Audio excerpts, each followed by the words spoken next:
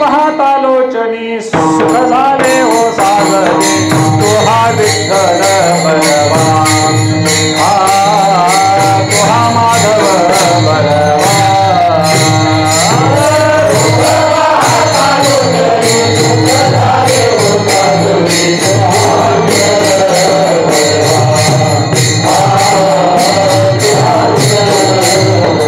बहुत सुखताची तोरे मने विठ्ठली आवडे तो हा विठ्ठल बलवान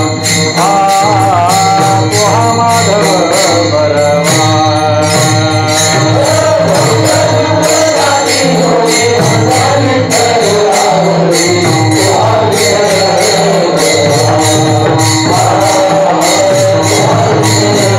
सर्व सुखाचे आगरे वापर तुमा देवीवर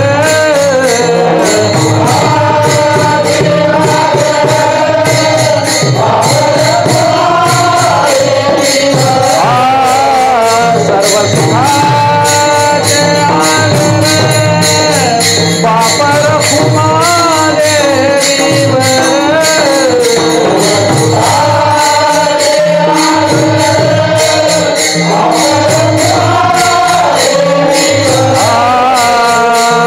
सर्व सुखाचे आगर वापर महादेवीवर तो हा विठ्ठल बलवान तो हा माधव बलवान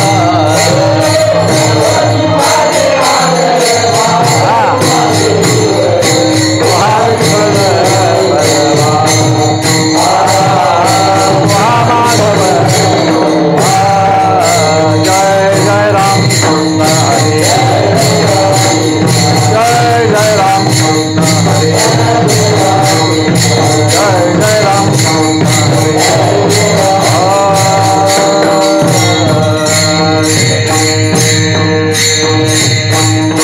तुम्ही विश्वनाथ तुम्ही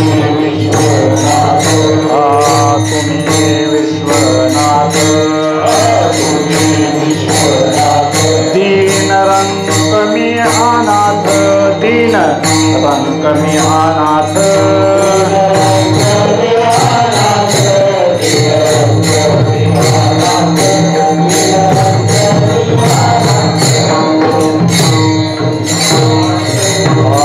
तुम्ही विश्वनाथ तुम्ही विश्वनाथ दीन रंग मी अनाथ दीन रंग मी अनाथ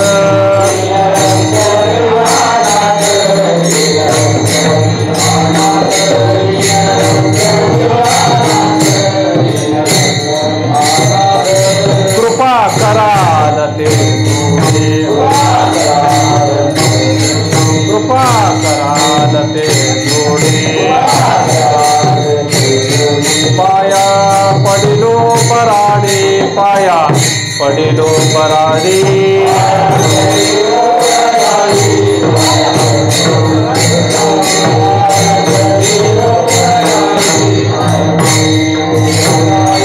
काय उने तुम्हा पासे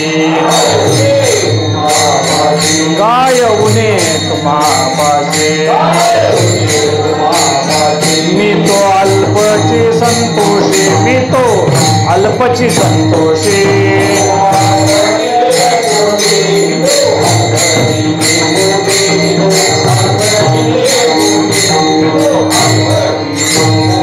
कृपा कराल ते थोडे कृपा कराल ते थोडे पाया पडिलो पराडी पाया पडिलो पराडी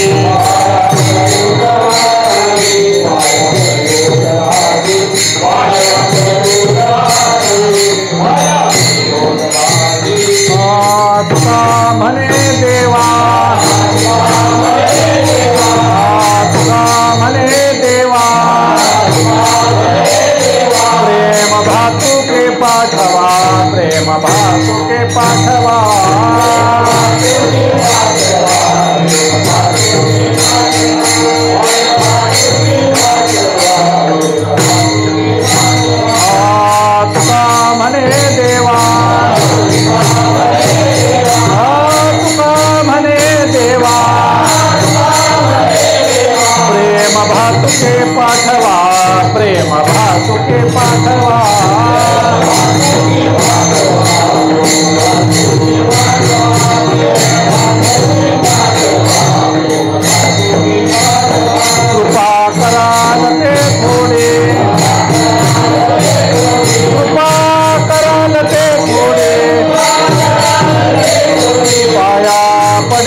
बराडी पाया पडिलो बराडी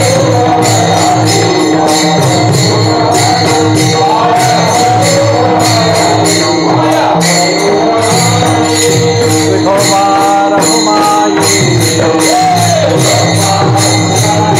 जय विठोबा रघुमाई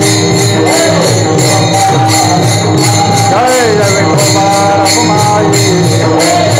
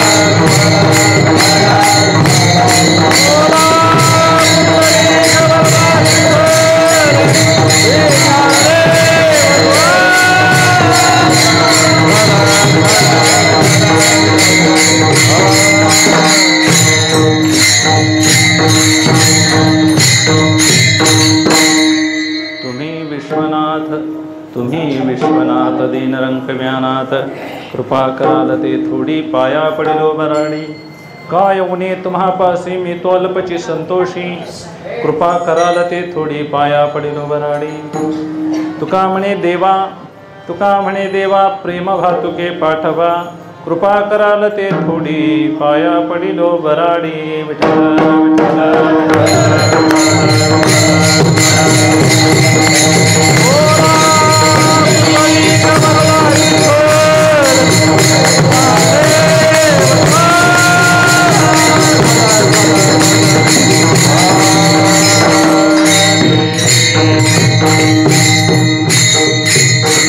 पांडुरंगा करू प्रथम नमन दुसरे चरण संतांचे त्यांच्या कृपादाने कथेचा विस्तारो बाबाजी सद्गुरु दास तुका तुम्ही विश्वनाथ दीनरंक म्यानाथ कृपा कराल ते थोडी पाया पडिलो बराडी तुकोबारायांचा श्री तुकोबारायांचा भगवान शंकरांचा आदरपूर्वक त्यांचं महात्म्य सांगणारा अभंग आहे त्यांचं वैभव सांगणारा अभंग आहे की भगवान शिवशंकर हे विश्वाचे नाथ आहेत न देवा तुम्ही विश्वनाथ असताना हे दीन आहे रंक आहे अनाथ आहे मला तुम्ही काय करा थोडीशी कृपा करा कृपा कराल ते थोडी पाया पडिलो बराडी मी तुम्हाला अगदी तातडीनं अशाळभूत असा होऊन कंटाळलेलो आहे संसाराला आता माझ्यावर थोडीशी कृपा करा आणि काय करा तुमच्याजवळ काय कमी आहे काय उणे तुम्हापासी मी तो अल्पची संतोषी तुमच्याजवळ काय ऊन आहे तुम्ही विश्वनाथ आहात आम्ही जीव आहोत अल्पज्ञ आहोत अल्पशक्तिमान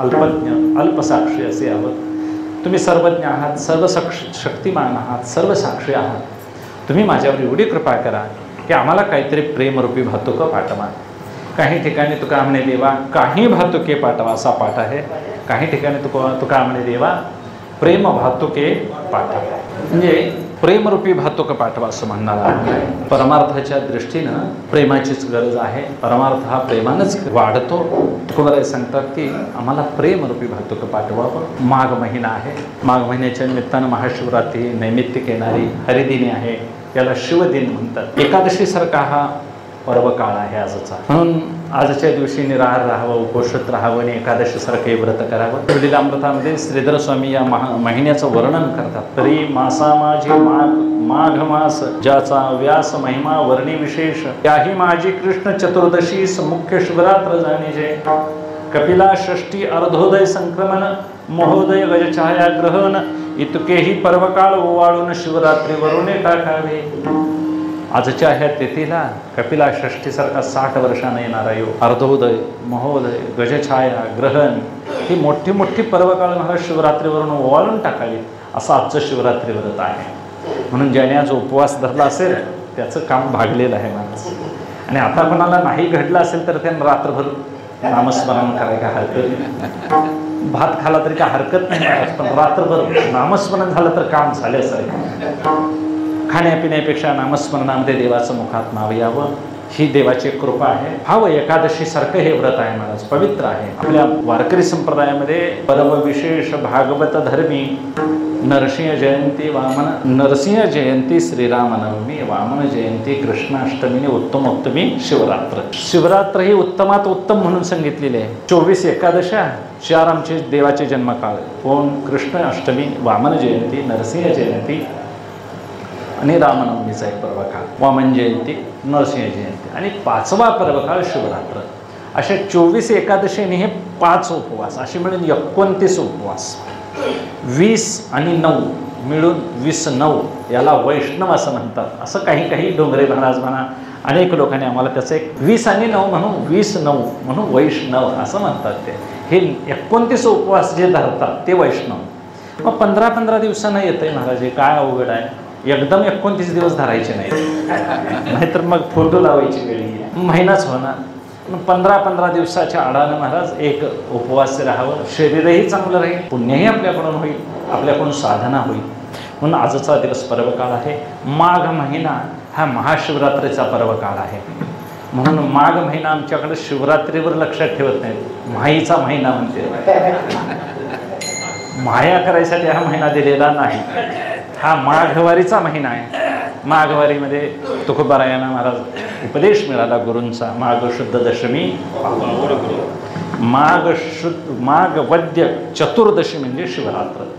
आणि मग ही शिवरात्र चतुर्दशी अमावस्या लागली की महाराज मग भगवंतांच्या, भगवान शिवाची जी जी ठिकाणं आहेत तिथं यात्रा असतात, महोत्सव असतात. आता तुमची माही असेल रविवारी खंबलिंग म्हटल्यावर आहे, आमची त्याच बरोबर आहे. काही असे ना का गुरु आहे, पर्वकाळ म्हणून व्रत राहायचं त्या दिवशी, देवाचा उपवास त्या दिवशी धरायचा. महाराज तुमचं गाव ज्या देवाची उपासना करतं तो दिवस तुम्ही वार म्हणून धरत असाल तर जागराचा दिवस तुम्ही धरायला पाहिजे उपवास, नाहीतर मग उपवास वर्षभर धरून का उपयोग. संध्याकाळी सुद्धा महाराज जमलं तर उपवासी राहा, सकाळी देवाला पुरणपोळीचा नैवेद्य देऊन उपवास सोडायचा. असं एक रीत चालत आलेली आहे. म्हणून एकट्याने घरात उपवासी राहावं, काय बिघडत नाही. सगळ्यांनी खावावं, व्यवस्था करावी पै पाहुण्यांची. पण आपण त्या दिवशी एकट्यानं कोणीतरी वार धरत असेल, रविवार असेल, देवाचा सोमवार असेल तर धरायला काय हरकत नाही. पण त्या निमित्तानं ही सेवा करत राहायचं. हा माघ महिना पवित्र आहे. महाशिवरात्रीचा आज पर्वकाळ आहे. महाशिवरात्री ही एकादशीसारखी करावी असा नियम आहे.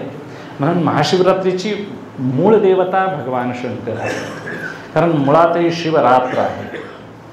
जसे आम्हाला विष्णू परमात्म्याची एकादशी सांगतात तशी. मग वारकरी संप्रदायाच्या दृष्टीनं तुकोबाराया कट्टर पांडुरंगाचे उपासक आहेत आणि त्यांनी ही भगवान शिवाची उपासना का बरं सांगावी. म्हणजे यात काहीतरी आम्हाला व्यभिचार वाटतो, चुकीचं वाटतं. कारण तुकोबारायांचा बाणा असा आहे, पतिव्रता नेणे अनेकांची स्तुती, सर्व भावे पती ध्यानी मनी. ध्यानात मनात पतिव्रता जशी आपल्या पतीलाच ठेवते तसं आम्हाला विठोबाशिवाय अंतःकरणात काय नाही. आवडे हे रूप गुंगोजरे सगून पाहता लोचन अनेक दुसरे मजना हे आता नेमिलिया चित्तापासून पांडुरंग ध्यानी पांडुरंग. आणि ते तुकोबाराया पतिव्रते जैसा भतार प्रमाण आम्हा नारायण तैशापरी एकविध आम्ही न धरू पालट नसंड हे वाट सापडली. आम्ही एकविध आहोत, पांडुरंगाशिवाय आम्ही दुसऱ्या देवाचं नावसुद्धा घेणार नाही. अनेकांची स्तुती आम्हा ब्रह्महत्या एका पांडुरंगा वाचून येत्या. आम्हाला पांडुरंगाची वाचून जर कोणाचं मी कीर्ती गायली तर ही हरी जीवा झोडो असं म्हणणारे तुकोबार आहे. तुम्ही विश्वनाथ दीन रंकमी अनाथ असं का म्हणता तो. कारण भगवंत हरिहर रूपाने जरी अवतरले तरी देखील वारकरी संप्रदाय हरिहरामध्ये भेद मानत नाही. कारण हा अभंगच मुळात तुकोबाराय काय काशीला गेले असतील न गेले असतील एवढा काही इतिहास आपल्याला माहिती नाही. पण एक वारकरी मात्र वाराणसीला जात होता, त्यांच्याकडे एक गंगेला एक पत्र म्हणून अभंग दिला, एक गयेला पत्र म्हणून अभंग दिला आहे, एक मथुरेला अभंग दिलेला आहे आणि एक भगवान काशी विश्वेश्वराला अभंग दिलेला आहे. हा काशी विश्वेश्वरांना अभंग दिलेला हा तुम्ही विश्वनाथ अभंग आहे महाराज. असे 4 अभंग गात्यात आलेले आहेत. गंगेला असे विनवणी करतात. एक वारकरी चालला होता काशीला त्या काळात, त्याच्याकडे हे 4 अभंग दिले म्हणतात आणि तू ह्या अभंग माझे वाघपुष्प आहे हे वाणीला काय तर गंगेला अर्पण कर. काशी विश्वेश्वराच्या पडात पत्र दिलं हो जुन्या काळातल्यासारखं. तसं तुकोबारायांनी त्या वारकऱ्याला हे दिलेले अभंग आहेत. काशीला गंगेला उद्देशून ते म्हणतात, परिसेवो माती माझी विनवणी मस्तक चरणी ठेवीत असे भागीरथी महादोष निवारणी सकळा स्वामिनी तीर्थांची जिता मुक्ती मोक्ष मरणे तुझ्या तिरी आहिक्य परत्री सुखरूप तुका विष्णुदास संतांचे पोसणे वाग्पुष्पतेने पाठविले. हे वाणीचं पुष्प म्हणून मी तुला समर्पण करतोय. हे गंगा माते, तू भागीरथ आहेस. तुझ्या काठाला राहणाऱ्या सगळ्या जीवांना तू भोग देतेस, मोक्ष देतेस. तुझ्या तीराला जर मरण आलं तर मुक्ती देतेस. एवढं तुझं गंगे सामर्थ्य आहे. आणि हे गंगा माते, हे मी तुकोबाराय म्हणून आहे, देहूचा एक वारकरी. माझं हे वागपुष्प तू समर्पण तुझ्या पायी करतो. पत्र दिलं. तसंच पत्र गया, जे मोठं श्राद्ध घातलं जातं तिथे गयेला दिलं पाठवून. पिंडपदावरी दिला आपुले करी माझे झाले गयावर्जन फिटले पितरांचे ऋण. तोही अभंग दिला, समर्पण केला. मथुरेच्या राया माझे दंडवत पाया, मथुरेला अभंग पाठवला. आणि हा काशी विश्वेश्वरांना पाठवलेला हा अभंग आहे. तुम्ही विश्वनाथ, हे विश्वनाथ भगवान, तुम्ही विश्वाचे नाथ आहात, मालक आहात. मी दीनरंक आहे, माझ्यावर कृपा करा. आम्ही सामान्य जीव आहोत. असा एक प्रेमाचा नम्रता तुकोबारायांची किती आहे यावरून दिसून येते. आणि वारकरी संप्रदायामध्ये वास्तविक उपासना मोठी सांगितलेली आहे. आपल्या भारतवर्षामध्ये वैदिक कालापासून महाराज भगवान शिवांची उपासना चालत आलेली आहे.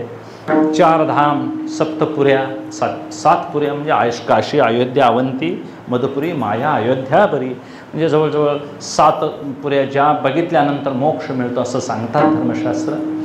जगन्नाथ, बद्रीनाथ, रामेश्वर ही 4 धाम आहेत तशी. आणि त्यानंतर 12 ज्योतिर्लिंगही महाराज भारतात आहेत. त्या ज्योतिर्लिंगाची नावं जरी घेतली तरी पापाचा नाश होतो. सौराष्ट्रे सोमनाथंच, श्रीशैल्ये मल्लिकार्जुनम, उज्जैन्यां महाकालम ओंकारं ममलेश्वरं, परल्यां वैजनाथंच डाकिण्यां भीमशंकरः, शेतुबंधे तु रामेशं नागेशं दारुकावने, वाराणस्यां तु विश्वेशं त्र्यंबकं गौतमी तटे, हिमालये तु केदारं वसृणेशं शिवालये, यतानि 12 ज्योतिर्लिंगानि सायं प्रातः पठेन्नर, 7 जन्म कृतं पापं स्मरणेन विनश्यति. 7 जन्माची पापं जळून भस्म होतात. हे सकाळी, दुपारी आणि संध्याकाळी महाराज म्हणायचं. आठवणीत असलं तरी बी म्हणायचं, नसलं तरी. कुठे असले हे श्लोक आहे महाराज. सौराष्ट्रात सोमनाथ आहे, सुरटी सोमनाथ ज्याला म्हणतात. वाराणसीला काशी विश्वेश्वर आहे. म्हणायला काय हरकत आहे. ज्या त्या महाराज जगाचा चालक मालक परमात्मा आठवण केली तर त्याला आनंद होतो. म्हणून ही 12 ज्योतिर्लिंगाची नावं म्हणायची. मराठीसुद्धा स्तोत्र आहे हे. हे काय मी मला पाठ आहे म्हणून दाखवायला म्हणाय नाही. तेवढं जप होतो महाराज, पुण्य होतो. कोणाच्या कानावर गेलं पाठ करावं, वाचलं बरं वाटतं. आणि मग असा सकाळी, दुपारी, संध्याकाळी असा जप करावा. नाही घडलं तरी भगवान शिवांचं नाव हे सुख देणारं आहे. शिव म्हणजे पवित्र, शिव म्हणजे मंगल करणारा आहे. शम म्हणजे सुख, कर म्हणजे देणारा. सुख करोती ती सुख कर, शं करोती इति शंकर. सुख देणारा देव, पवित्र करणारा देव, मंगल करणारा देव म्हणून शिव आणि शंकर. शिवाला प्रसन्न, शिवाला पवित्र अशी महाराज त्याची काय आहे, त्या नावाची योजना आहे. म्हणून भगवान शिव कल्याण करणार आहे. सगळ्याचा अकल्याणाचा काय करतो, त्याग आणि कल्याणरूप आम्हाला सुखरूप होण्याचं सामर्थ्य देणारा भगवंत आहे. आणि त्यांचं नाव शिव असं आहे. आणि असा भगवंत महाराज पांडुरंग परमात्म्यानं त्याला डोक्यावर धारण केलेलं आहे. विठोनी शिरी वाहिला देवराना. खाली महाराज खाली आहे पिंड आणि वर साळोख्या रूपानं पांडुरंगानं वर भगवान शिवाना धारण केलं आहे. म्हणून देवाला पाणी घातलेली जागा महादेवासारखी पिंडी आहे. बघा तुम्ही, काही असे ना का या मग याहीवरी पार्था माझिया भजनी आस्था तया ते मी माथा मुकुट करी. भगवान शिव हे पंढरीचे पहिले वारकरी आहेत. भगवान शिव हे महान भगवत भक्त आहेत. हरी हरी हरी मंत्र हा शिवाचा म्हणती जे वाचा तया. म्हणून कुणी भेद करायचा नाही महाराज. फक्त ज्या त्या संप्रदाय उपासना थोडे भेद राहतील महाराज. विभूती आडवीच लावावी लागेल, गंध उभाच लावावा लागेल. पण आडवणी उभं काय महाराज भांडत बसायचं.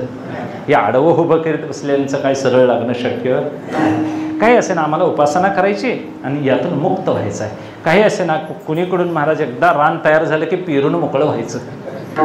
वडा बामणाचा गावना नाही तर महाराज गुरवाचा गाव दे. रेडा गावला म्हणजे झाला. काहीतरी गावना, बैल गाऊ दे, आऊत गाऊ दे. माणसाने शेवट कोण नसलं तरी बायका कासना लावून घातीला लागलं म्हणजे तसं मानवी शरीर मिळालं एकदा, ही घात चुकली की मग महाराज कुठेही जाणं आपल्याला शक्य नाही. म्हणून आपण असं लक्षात ठेवायचं, आम्हाला मुक्त व्हायचं आहे. शेवटी आडवा तो उभा असे दाटोनिया प्रभा. देव आडवा चिन्ह वडलं काय आणि उभं चिन्ह वडलं काय. तुकोबाराय सांगतात, एका बोटाची निशाणी परिपाक नाही म्हणी. तुम्हाला बोटानं गंध लावता येईल, मनात परिपाक झालेला नसला तर आडवणी उभं भांडण्यात काय कशासाठी लावलं हे माहिती नसायचं. मग काय गिरणीत गेल्यावर पांढरं पीठ बी लागतंयच की आम्हाला, कुठं बी लागतंय, नाकाला लागतंय, गालाला लागतंय, लोकांनी सांगायला लागतंय लागलेलं पुस म्हणून. तसं विभूती धारण केली म्हणजे महाराज त्याचा बोध कळाला पाहिजे. आम्ही उभे लावणार का, आम्ही वारकरी आहोत. सगळे महाराज लिंगायत लोक आडवे लावतात, बसवेश्वर संप्रदायाचे इतर लोक, भगवान शिवाचे भक्त. याच्यात महाराज त्यांची एकनिष्ठा दिसून येते, म्हणून त्यांना विरोध करायचा. फक्त काय नाम मात्र भेद आहे. तुकोबाराय सांगतात हरे आणि हर मध्ये काय फरक आहे हो, एक वेलांटीच आड. हा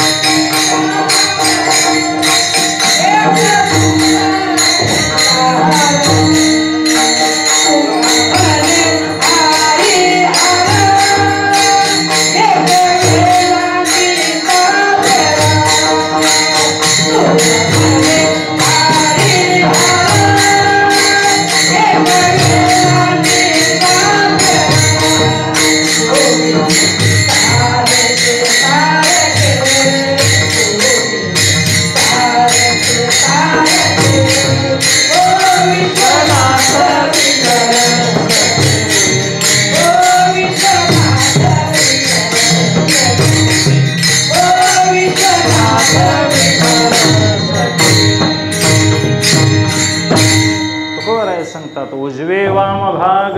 तुका म्हणे एक क्षण. विठ्ठल काय विश्वनाथ काय महाराज हे दोन्ही सारखेच आहेत.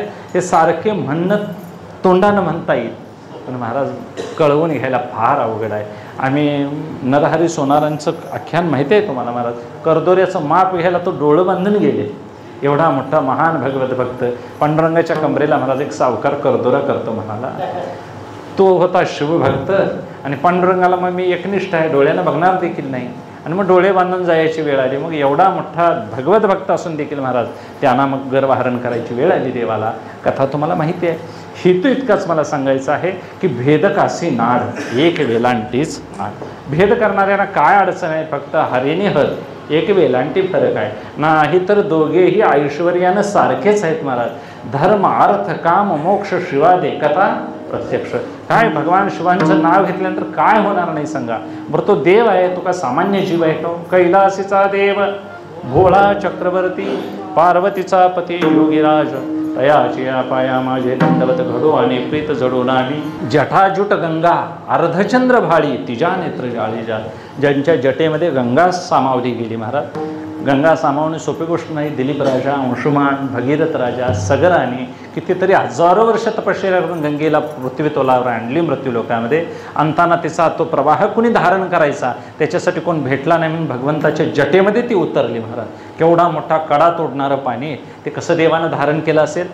आणि मग जटेत धारण केल्यानंतर ती मंदाकिनीच्या रूपानं खाली सोडण्यात आली. तीच गंगा आम्हाला पावन करते महाराज. म्हणून भगवान शंकराने ते संकट ओलांडलं. जटाजूट गंगा. ज्यावेळी समुद्रमंथनातून विष प्यायले त्यावेळी दाह झाला अंगाचा. ते दाह कमी करण्यासाठी त्यांनी चंद्र डोक्यावर धारण केला. चंद्र म्हणजे काय महाराज, पटका बांधायसारखा आहे. केवढा मोठा चंद्र आहे आणि एवढं डोक्यावर चंद्राचं ते चिन्ह धारण करणारा देव केवढा विराट असेल, केवढा मोठा महादेव असेल. म्हणून सददेव का बडा देव म्हणतात महादेवला. सगळ्या देवापेक्षा मोठा देव. बडा देव बाबा म्हणतात त्यांना. महादेव बाबा आहे सगळ्या देवांचा. आणि एवढा मोठा विराट असणारा महादेव परमात्मा वर्णन करतात नामदेव राया. जटाजूट गंगा अर्धचंद्र भाळी तिजा नेत्र जाळी जातवेद. त्यांच्या मस्तकावर ज्ञानरूपी तिसरा डोळा आहे. जातवेद म्हणजे अग्नी, अग्निरूपी डोळा आहे. आता तो अग्नी म्हणजे काही जगाला पेटवणारा नाही, ज्ञानरूपी डोळा आहे. त्या ज्ञानानं अज्ञानरूपी सगळा नाश होता अज्ञानाचा आणि जीवाला मोक्ष देतो असा तिसरा डोळा असणारा ज्ञानरूपी जातवेद आहे. त्या पुढे सांगतात कंठी काळकोट डवर त्रिशूळ हाती सर्वांगी विभूती शोभत असे. कंठामध्ये काळकूट धारण केलं देवाने, म्हणजे विष धारण केलं, त्यामुळं कंठ निळा झाला म्हणून त्यांना निळकंठ असं म्हणतात. मग काही लोक आम्ही भगवान शंकराच्या कंठापासून उत्पन्न झालो म्हणून निळकंठ म्हणतात. हे असलं काही शक्य नाही. भगवान शंकराने विष धारण केलं म्हणून तो गळा निळा पडला, त्यांना निळाकंठ म्हणतात. मग कंठी काळकूट डौर त्रिशूळ हाती सर्वांगी विभूती शोभत असे. विभूती अंगाला लावतात. ही विभूती म्हणजे अशी विकत आणलेली नाही महाराज. चिताभस्म, चितेचं भस्म, ज्यांची भक्ती महाराज पराभक्तीला पोचलेली आहे अशा भक्तांच्या शरीराचं भस्म भगवान लावतात आणि मग सदैव वस्ती महास्मशानात असते त्यांची.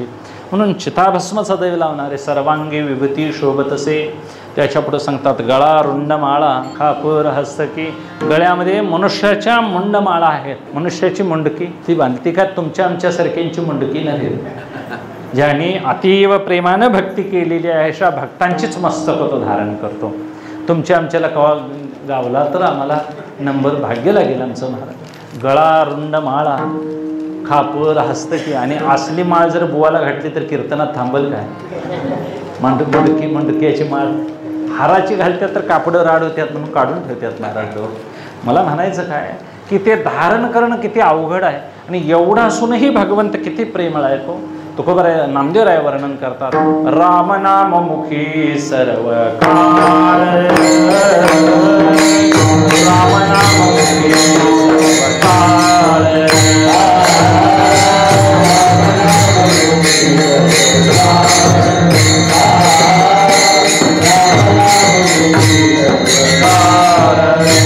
गळा रुंड माळा खापर हस्तकी.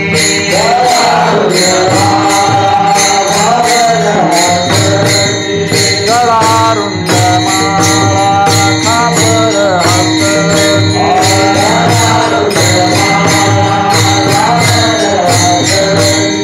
राम नाम मुखी सर्व काळे.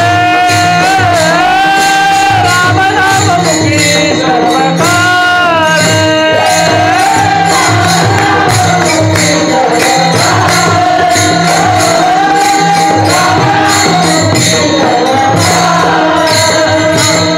गळारुंड माळा खापर हस्तकी. राम नाम मुखी सर्व काळे. सर्व काळे. राम नाम मुखी सर्व काळे. माळा खापर हस्तकी. राम नाम मुखी सर्व काळे. सर्व काळे. राम नाम मुखी सर्व काळे. गळा रुंड माळा खापर आहे हस्तकात. हातामध्ये खापर म्हणजे भिक्षापात्र आहे आणि सदैव जिभेमध्ये रामनाममुखी सर्व काळ. एवढं असून वस्त्र काय आहे अंगात बघा. गजचर्मधारी स्मशानी राहिला. गजचर्म म्हणजे कामावर विजय मिळवणं. हत्ती कामी आहे प्राणी आणि मग हत्तीचं चमडं ज्यानं अंगावर धारण केलेलं आहे त्यानं कामावर विजय मिळवलेला आहे. स्मशानी राहिला. भगवान शंकर राहतात कुठं महाराज. कुठं बंगला बांधून नाही, कुठं राजवाडा बांधून नाही, स्मशानात राहतात. तुम्हा आम्हाला तिथं वस्ती करावीशी वाटते का घरला यावं असं वाटतंय. प्रत्यक्ष घरच्या माणसाला पोचवायला गेलं तरी माणसं कवा घरला येईन असं होतंय. गेलेलं गेलं म्हणून समाधान करून माणूस घरला येतो पण तिथं राहायचं त्याला वैराग्य असावं लागतं. म्हणून विषयावर ज्याची प्रीती जडते त्याला स्मशानाकडे जाऊ वाटत नाही. मरण हा बोलच साहत नाही. आगा मर हा बोलून साहती आणि मेलिया तरी रडती. मर म्हटलं तरी सहन होत नाही. मग स्मशानात काय राहतील. म्हणून स्मशानात भगवान शंकर का राहिले तर या क्षेत्राचा महिमा त्यांना कळालेला आहे. येणेचे क्षेत्राभिमाने राज्य त्यजले ईशान्ये गुंती जाणून स्मशाने वासू केला. म्हणून महास्मशान काशीला म्हणतात. काशीमध्ये भगवान आजही वास्तव्याला आहेत. सदैव त्यांच्या पर्वकाळामध्ये राबता असतो. तिथं मरण काशीला ज्याला येईल ते रामनाम मुखात सांगतात कानामध्ये आणि जीवाचा उद्धार करतात. म्हणून भगवान शंकर मुक्ती देणारी देवता आहे, कल्याण करणारी देवता आहे. वारकरी संप्रदायामध्ये हरे आणि हर यामध्ये भेद मांडलेला नाहीतर विष्णूशी भजला शिव दुरावला अधप्पात झाला तया नरा. विष्णू कथा ऐके शिवाशी जो निंदी तयाशी गोविंदी ठाव नाही.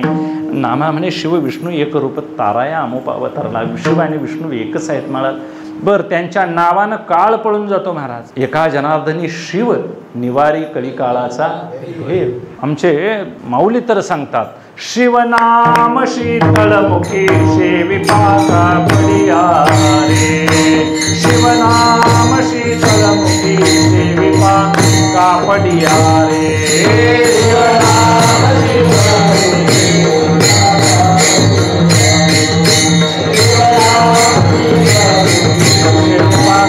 पडिया रे. धड धड धड धड दुडू दुडू दुडू दुडू पळ सुटला कळी काळा बापुडिया रे. धड धड धड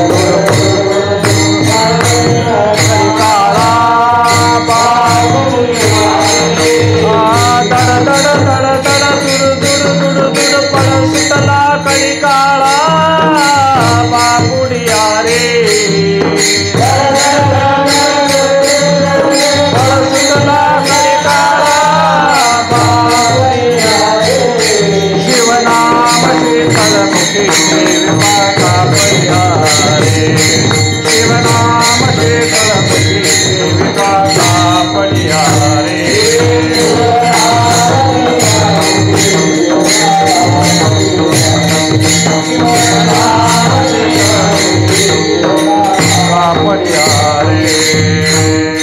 कापडिया म्हणजे वारकऱ्याला उद्देशून म्हणतात शिवनाम शीतलमुखी श्रीविपा सेवनकर. हे कापडी हे वारकरी यात्रा करणाऱ्या कापड्याला म्हणतात की काळ त्या नामस्मरणाच्या बळावर दडदड दडदड दुडदुड पळत सुटेल, परत मागं फिरकत बघतही नाही महाराज. म्हणून काळ गुलाम सलाम करी तुकया घरी राबतो. काळावर सत्ता आहे महाराज ह्या दोन्ही देवतांची. म्हणून पांडुरंग परमात्मा आणि भगवान शंकर हे वेगळे नाहीत. तुम्हाला भोगही देतात, मोक्षही देतात आणि अंती सुखरूप करतात. म्हणून नामा म्हणे नामे नासुनिया पाप करी सुखरूप भक्ताला. शिव भगवान भक्ताला सुखरूप करतात. आणि पंढरीला जायचं कशासाठी? सुखालागी करीशी तळमळ पंढरीशी. म्हणजे सुखरूप करणारा माझ्या पांडुरंगा सारिका तो सुखरूप अहिंसा कोण दुजा सांगा. एक पांडुरंग परमात्मा सुखरूप आहे आणि एक भगवान शंकर सुखरूप आहेत. म्हणून आपल्या वारकरी संप्रदायामध्ये सांगायचा हेतू इतका की भेद मांडलेला नाही. हे दोन्ही देव निर्गुण निराकारच आहेत महाराज. फक्त आम्हाला कार्यब्रह्मामध्ये आम्हाला वेगळे वेगळे उपाधीनं दिसतात. म्हणून आम्हाला ती नजर यावी. या देवाना कोणी निर्माण केलेलं नाही, यांना कोणी घडवून बसवलेलं नाही. आता तुमच्या गावात ही मूर्ती नवीन बसवल्या, याच्या अगोदर तो देव होता. लोक कोणीही सांगतील, बाहेरले आली आमच्यासारखी तरीसुद्धा सांगतील खंबलिंग पूर्वी होता आणि हा नंतर बसवलेला देव आहे. मग या मूर्त्या कुठून आणल्या? कुठनं जयपुरातून आणल्या का ज्योतिबाच्या डोंगरातून आणल्या का पंढरीच्या आणल्या? लोक सांगतात. त्याच्या अगोदर तो देव, तो कुणी बसवला. मग बसवायचं कोणी माहिती नसलं तर कुणीतरी जुन्या आमच्या माणसाने बाबा बसवलं आहे असं सांगतात. आणि मला सांगा, असं त्याचे नाव सांगता येत नाही, काही नाही. काही ठिकाणी असं आहे की आमच्या देवाला कुणी बसवलेलाच नाही, हा मूळचा आहे असं म्हणतात. मूळचा म्हणजे काय हो? स्वयंभू. स्वयंभू देवाला आपोआपच तो आलेला असतो किंवा निर्माण झालेला असतो. मला सांगा, स्वयंभू देव आधी का त्या देव व्हायच्या अगोदर गाव असलं पाहिजे? ज्या गावात देव आला ते गाव आधी असायला पाहिजे का देव आधी असेल? कारण त्या गावातच तो देव आहे म्हटले गाव आधी असलं पाहिजे. याचा अर्थ त्या देवाच्याही अधिक काहीतरी असतं शिल्लक. म्हणजे असणारं आहे ते मुख्य आणि दिसणारं आहे ते आभासी आहे. म्हणून दिसणारं वेगळं आणि असणारं वेगळं. असणारा आहे तो परमात्मा भगवान शिव आणि भगवान पांडुरंग परमात्मा. आणि इतर सगळं तुमचं आमचंही दिसणार आहे. आता मी या कपड्यामध्ये दिसतो, घरात कसा असतोय ते तुम्हाला काय माहिती? माझं असणं घरात, दिसणं इथं असं वेगळं आहे महाराज. मग असणे पण एक वेगळं आहे, त्याला अस्तित्व म्हणतात, त्याला अस्ति म्हणतात. आणि ते कायम त्रिकालाबाधित आसन देवाचं आहे. देवाच्या आसण्याला कधीही बाधा नाही, त्याला देश काळाची कशाची मर्यादा नाही. म्हणून तो त्रिकालाबाधित सत्य आहे, म्हणून त्याला सच्चिदानंद घन पूर्ण नित्य असं म्हणतात. आणि असा पांडुरंग परमात्मा, असा भगवान शंकर परमात्मा सगळ्या जगताच्या कल्याणासाठी महाराज आज कैलासात वस्ती करून आहे. जागोजागी मंदिरं आहेत महाराज भगवान शिवांची. या अर्थी आपल्या भारतवर्षामध्ये भगवंताची उपासना आजही चालू आहे. म्हणून सगळीकडे महाशिवरात्रीचा उपवास केला जातो. त्यानिमित्तानं महाराज भगवान शिव ही आपली अगदी एक अंतरंग देवता आहे असं समजून प्रत्येकाने आजच्या दिवशी शिवलीलामृताचं पारायण करावं. दर सोमवारी महाराज निदान 11वा अध्याय वाचावा. श्रीधर स्वामींनी चांगला शिवलीलामृत लिहिलेला आहे. त्यात दुसरा अध्याय व्याधाचं चरित्र आहे. व्याधाचं चरित्र वाचावं. नाही जमलं तर नामदेव गाथ्यामध्ये शिवरात्री महात्म्य अभंग आहेत, एक 55 अभंग आहेत महाराज. आज जरी नाही सवड गावले तर रात्रीला कसं ना तुम्ही जाऊन गेला तरी उगाच चिलटं चौथ्यात म्हणून जागा राहण्यापेक्षा वाचायला काय हरकत राहायचं. आणि अर्धा तास आम्ही दवाखान्यात राहत नाही. पेशंट कोणतरी ॲडमिट असला की रात्रभर राहताव का नाही हो. आजच्या दिवशी 50-55 अभंग वाचावेत. तेवढ्या अभंगाने आपला उद्धार होत असेल तर काय हरकत आहे. लिंग पुराणात कथा सांगितल्या गेलेल्या आहेत महाराज शिवरात्रीच्या. अनेक पुराणे, अनेक प्रकार, वेगवेगळे प्रकार शिवरात्रीचे सांगितले. त्याने वारकरी संप्रदायामध्ये नामदेव महाराजांनी जे शिवरात्रीचं वर्णन केलेलं आहे ते चरित्र एक वेगळंच आहे. म्हणून भगवान शिव आणि भगवान विष्णू परमात्मा यामध्ये भेद करू नये. म्हणून तर तुकोबारायांनी सांगितलेलं आहे, एकादशी व्रत सोमवार न करीती कोण त्यांची गती होईल नेनो. एकादशीही करावी आणि सोमवार व्रतसुद्धा एकादशी धरणाऱ्यांनी करावं. प्रत्येकाने करावं असं नाही, पण नियम केलेला आहे का भेद होऊ नये म्हणून. नाहीतर शंकर परमात्मा राहील बाजूला आणि नुसता माझाच पांडुरंग म्हणून जर आम्ही उड्या मारायला लागलो तर महाराज ते वेगळं वाटेल. म्हणून एक सोमवारचं व्रत वारकऱ्याला चांगलं आहे महाराज, आणि एकादशी या दोन्ही व्रतामुळं दोन्ही देवतांची आपल्यावर कृपा राहते. भगवान शंकर हे ज्ञानाचं प्रतीक आहे. आदिनाथ उमा बीज प्रगटले मच्छिंद्रा लादले सजस्थिती. म्हणून वैराग्य आणि ज्ञान जर मागायचं झालं तर तुम्हाला महादेवांच्याकडेच यावं लागेल. आणि महादेव हे भोळे आहेत महाराज. तुमचा भाव बघून तुम्हाला पाहिजे ते द्यायला आधीच तयार आहेत. रावणानं काय काय मागितलं महाराज, पार्वती देखील मागितली तरी देखील नाही म्हणाले. म्हणजे इतका त्यांचा भोळा भाव आहे. आणि असा भोळा देव आपल्या उद्धारासाठी महाराज येत असेल म्हणून उपासनेला देव चांगला आहे, पण चुकून मात्र काय चालत. चुकला की हिशेब चुकला. सेवा करायची चांगली, पण चुकून काहीतरी वेगळं तिथं करायचं नाही. कारण ती देवता आहे महाराज प्रलय काळाची, नाश करणारे आहे. म्हणून रुद्र नाव त्यांना आहे. रुद्र हे नाम तुम्हा उग्र संहाराशी. शंकर शिव भोळा उदार सर्वस्वी. उदक बेलपत्र टाळी वाहिल्या देशी. आपुले पददासा ठाव देई कैलासी. महाजी महादेवा महाकाळ मर्दना. मांडिले उग्रतप महादीप्ती दारुणा. परिधान व्याघ्रांबर चिता भस्मलेपना. स्मशान क्रीडास्थळ तुम्हाजी त्रिनयना. तुकोबारायांनी आरती इतकी सुंदर केलेली आहे महाराज. याचं रुद्र नाम आहे म्हणतात. आणि हा तमोगुणाच्या अधिक्यानं असल्यामुळं जगाची राखरांगोळी करण्याचं सामर्थ्य आहे. ब्रह्मदेव जगत उत्पत्ती करतात, विष्णू परमात्मा यांचं पालन करतो आणि भगवान शिव परमात्म्यांचा नाश करतो. या तिन्ही देवतांचे तीन गुण वेगवेगळे आहेत, पण हे तीन एकमेकाच्या कल्याणाकरता एकमेकाच्या सुखाकरता अवतरलेले आहेत. नामदेव यांचा एक प्रसिद्ध अभंग आहे. भजन करा रे हरिहरा नारायण शिवशंकरा. माझे बोलणे अवधारा भेदन करा दोघांचा.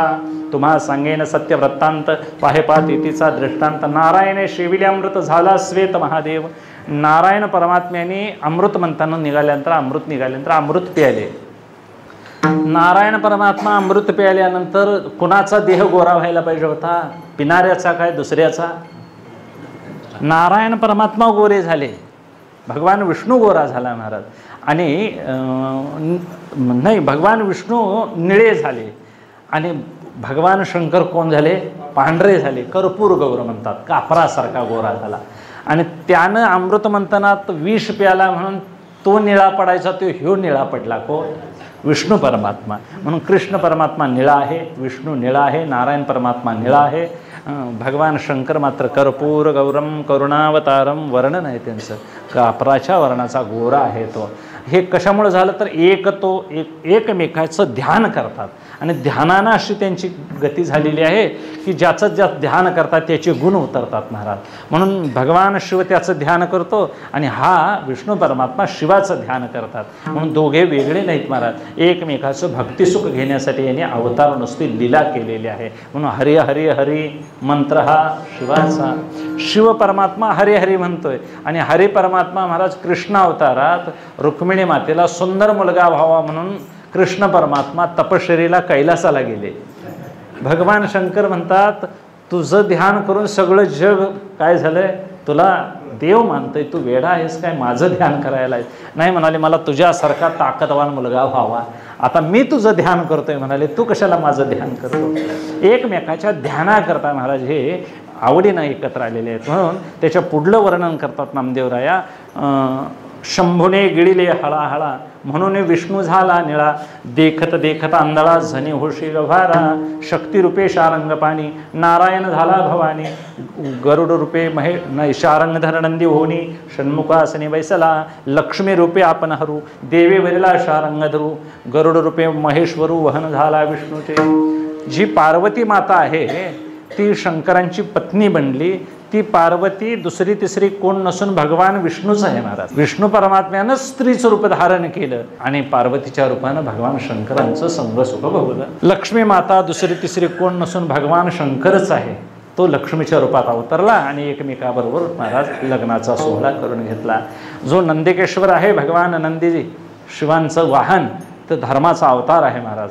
सत्य, शौच, दया आणि पावित्र्य असे त्याचे 4 पाय आहेत. भगवान शिवांना धर्म फार आवडतो म्हणून त्या धर्मावर बसून फिरावं. पार्वती पुढं असते, भगवान शंकर मागं असतात, हातात त्रिशूळ डमरू घेऊन नंदीवर आरूढ होऊन फिरतात सगळीकडं. म्हणून तो नंदी कोण म्हणले हो? भगवान विष्णू नंदी बनलेत. का? मला भगवान शंकर कायम दिसावेत म्हणून.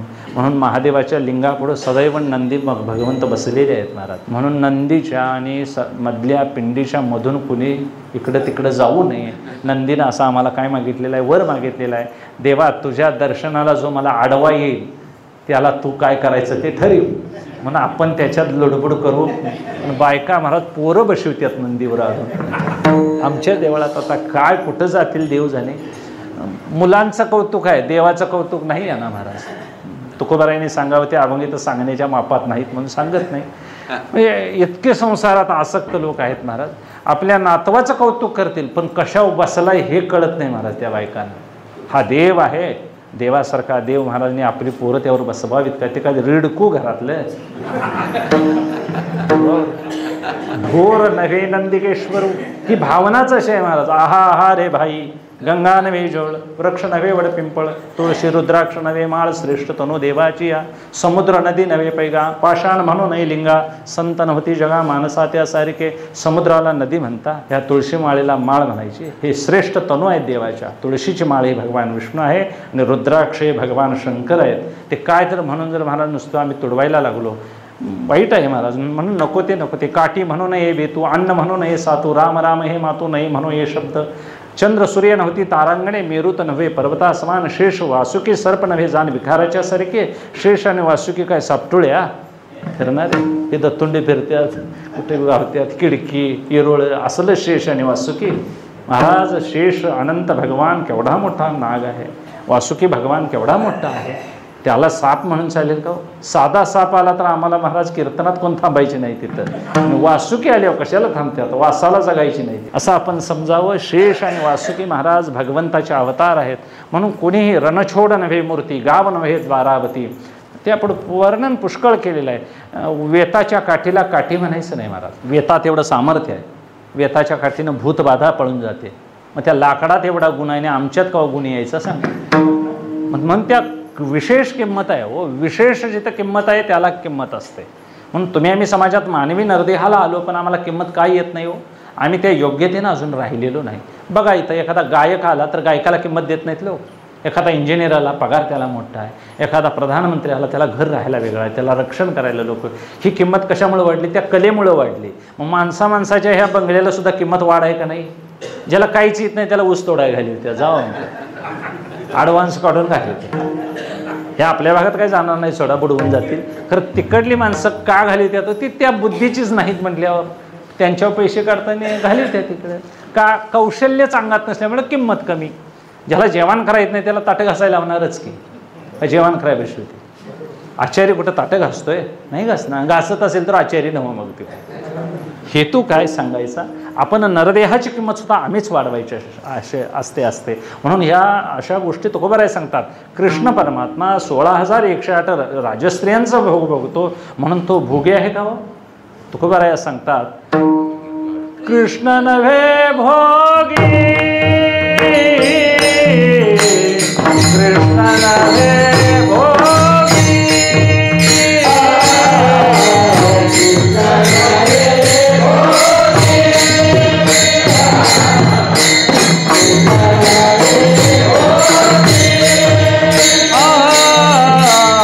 शंकर नव्हे जोगी, जोगी शंकर नव्हे जोगी,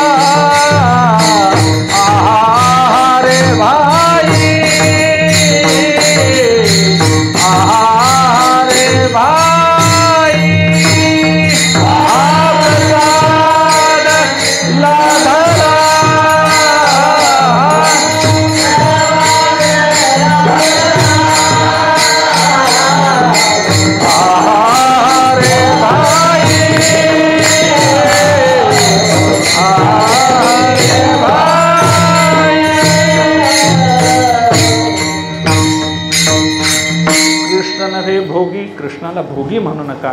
शंकर नव्हे जोगी. शंकर स्मशानात राहतात, अंगाव कपडे नाही, चिताभस्म आहे, गजचर्म घालतो, कुठंतरी कसा तरी फिरतो, अनर्गळ दिसतो, म्हणजे भोगी जोगी आहे का तो? तुम्ही आम्ही जसं इतर काहीतरी भीक मागण्याकरता जोगवा मागतो तसे शंकर महाराज जोगी नाहीत महाराज. जोगी याचा अर्थ योगी आहे, अवधूत आहेत, सगळ्या इंद्रियावर विजय मिळवलेले आहेत, म्हणून त्या भगवाना योगीराज म्हणतात. पार्वतीचा पती योगीराज, भगवान योगीराज आहेत, म्हणून त्यांना तसं जोगी कसं समजायचं तुकोबाराय सांगतात. तुका पांडुरंगी हा प्रसाद लादला. हा प्रसाद मला पांडुरंगाच्या कृपेनं कळाला. कृष्ण असा आहे, कृष्ण भोगी नव्हे, शंकर जोगी नव्हे, तर कसे आहेत होते आम्हाला कळण्यासारखे नाहीत. हा प्रसाद पांडुरंगानं मला कळवून दिला.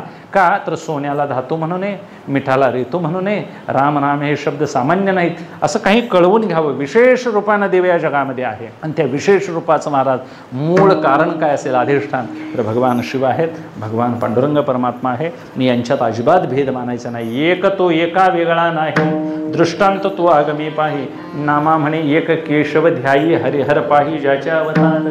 हे ज्या खोळीतून आले ती खोळ महाराज निर्गुण निराकाराची आहे, म्हणून तो देव निर्गुण निराकार मानलेला आहे, आणि त्या देवापासून इतर ही सगळी उत्पत्ती झालेली आहे. म्हणून आपण असं समजायचं, आम्हाला ती नजर यावी. महाराज देवाने एक जगत सुंदर निर्माण केलेलं आहे, आम्ही फक्त भावनेने याला भिन्न भिन्न समजलेलं आहे. देवानं या जगतामध्ये एक पुरुष निर्माण केला, आम्ही त्याला बाबा म्हणतोय, चुलता म्हणतोय, भाऊ म्हणतोय, हे काय कामाचं नाही असंही म्हणतोय, असं म्हणजे त्याला नावही ठेवतोय, चांगलंही म्हणतोय कामापुरतं. हे आमच्या बुद्धीनं भेद केलेत, पण त्याने एक पुरुषच निर्माण केला, त्याने एक स्त्रीच निर्माण केली. आम्ही त्याला आई म्हणतोय, बहीण म्हणतोय, सून म्हणतोय, सासू म्हणतोय, ननंद भावजय, कामाच्या बायकासुद्धा म्हणतोय आम्ही. पण देवानं हे सगळे सासू बिसू देवाने निर्माण केलं का आम्ही लग्न भराड करून आमची सासू म्हणता. देवानं स्त्री निर्माण केलेली आहे, मग देवाच्या जगतात स्त्री पुरुष जड जीव पशुपक्षी सपला विषय हे आम्ही निर्माण केले. ती जाऊची जाऊनी, शाडवाचा सासरा आणि मेवणा, हे काय पाण्यावर त्याला वतल्यासारखं आहे म्हणा. हे तर त्याला वतल्याला कल्लेहोळपर्यंत जाते तरंगत. हे आमचं असंच पसरत, पाहुण्याचा पाहुणा काढायचा दोरवा. आता काय दोरव्यान महाराज कुणाचं कल्याण झालं नाही, खरं फक्त चौकशी करीत राहायचं. देणारा महाराज देतोयच कुणाच्या कसं ना घरात, पण काय करायचं, असं हे तरंगत जाणं याला माया म्हणावं, मोह म्हणावं. तुकोबाराय सांगतात आम्ही तसे फसणारे नाही, आम्हा भाविकांची जाती तुम्ही आम्ही असं कळवून घेऊया. देवामध्ये भेद नाहीत, शिव आणि विष्णू महाराज मोक्ष देणारे देव आहेत. म्हणून ज्ञानोबारायांनी सांगावं, हरी परमात्माने हर हे वेगळे नाहीत. जेथोनी चराचर हरिशी भजे, अव्यक्त निराकार नाही जाकार. किंवा चहुवेदी जाण साही शास्त्री कारण, 18ही पुराणे हरिशी गाठी. तो हरी आणि हर वेगळा नाही म्हटल्यावर आम्हाला महादेवात भेद मानायची गरज नाही. नाहीतर महाराज मग पवित्र अंतःकरणानं महाराज प्रत्येकाबरोबर भांडणच करत बसलं तर त्रिगुणात्मक त्रयमूर्ती दत्त हा जाना. ह्या तीन देव नाहीत. मग आता ह्याला महादेवालाच निवद दाखवतो म्हटल्यावर राहिल्याच्या देवाच्या डोळ्यावर पट्टी बांधून, नाकात कापसाचं बोळं घालून, कानात बी बोळं घालायला पाहिजे, असली भक्ती उपयोगाला येईल.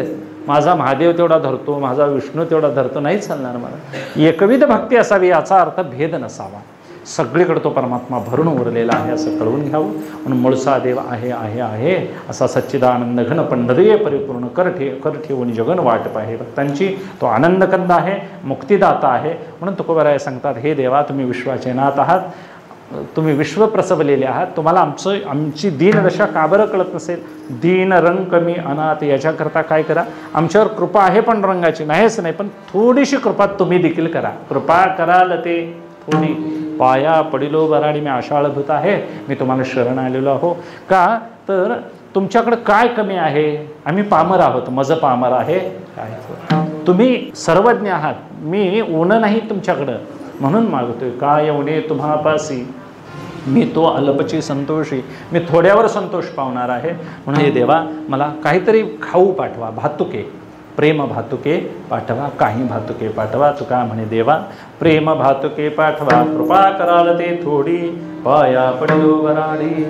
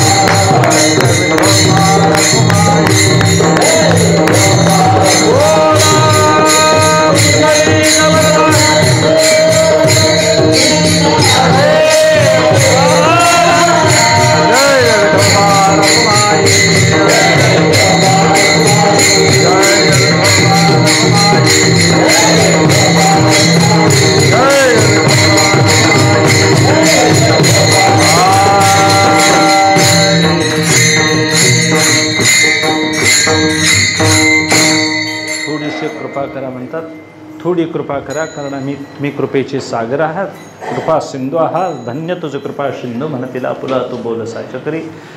कृपा सागर परमात्मा आहे म्हणून कृपेची मागणी करतात. परमार्थामध्ये आम्हाला कृपा फक्त देवाची कशा करता पाहिजे, देवाचं काही सगळं ऐश्वर्य आम्हाला नको, आम्हाला परमार्थ कळावा, आम्हाला दैवी संपत्ती जवळ यावी, पारमार्थिक व संपत्तीनं माणसानं श्रीमंत असावं म्हणून ही श्रीमंती मिळावी म्हणून तुकोबाराय मागणी करतात. आणि या मागणीच्या निमित्तानं भगवान विश्वनाथाकडं आपला परिहार देतात. आणि मग हेच नामदेवरायांनी पूर्वजन्मामध्ये पांडुरंग परमात्म्याच्या सेवेबरोबर भगवान शंकरांचीही सेवा केलेली आहे.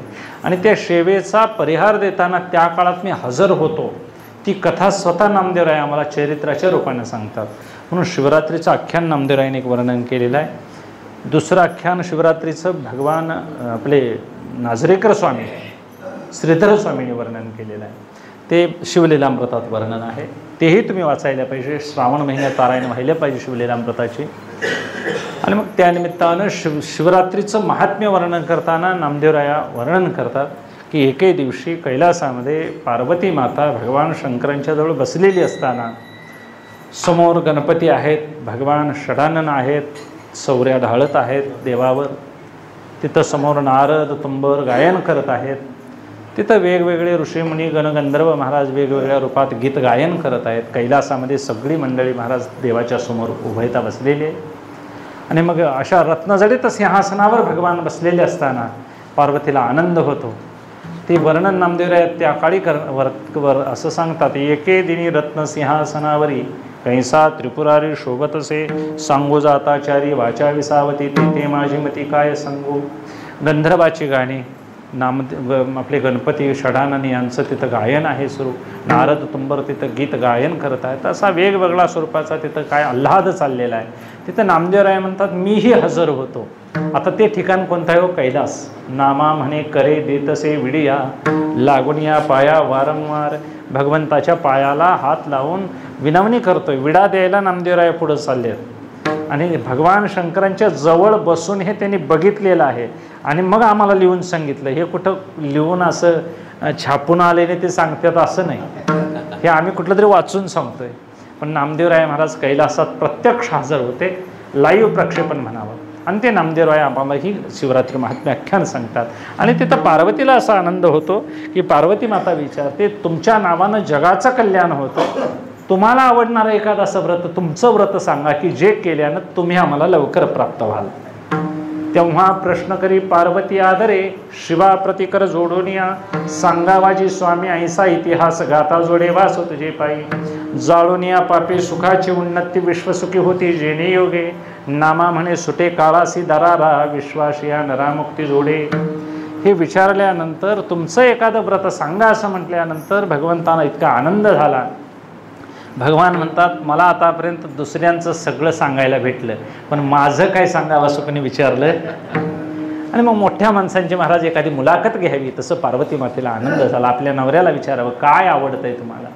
आणि मग भगवान सांगतात, आनंद वाटला त्यांना. ऐकून या वाणी संतोषला शुळपाणी. मग त्यांना आनंद झाला. बोल नव्हती साचार, तुझे बोललेस हे साचार बोल नव्हे, बोलणं नव्हे, जडजबाचा उद्धार व्हायचं बोललेस. आणि मग आनंद झाला म्हणाला. आणि मग ते सांगतात, तुला शिवरात्रीचं आख्यान सांगतो म्हणतात. शिवरात्रीचे ऐक आख्यान, नामा म्हणे ऐकाजून. आता तुम्हाला मी शिवरात्रीचं आख्यान सांगतो असं म्हणून भगवान शंकर पार्वती मातेला सांगत आहेत हे आख्यान. आणि मग त्या आख्यानाचं वर्णन करतात. हे आख्यान जे ऐकतील त्यांच्या पूर्वपापाचा नाश होईल आणि पुढे विश्वंभर त्याच्यावर कृपा करेल असं मोठं फळ लिहिलेलं आहे महाराज. कारण आम्ही सामान्य माणसं आहोत, हे तुझं रडगाणं ऐकून काय मिळेल असं कोणतरी म्हणल म्हणून आधी सांगायला लागतंय महाराज. एवढं ऊस लावलास की एवढं उठण होतंय म्हटलं की माणसं धावत्यात.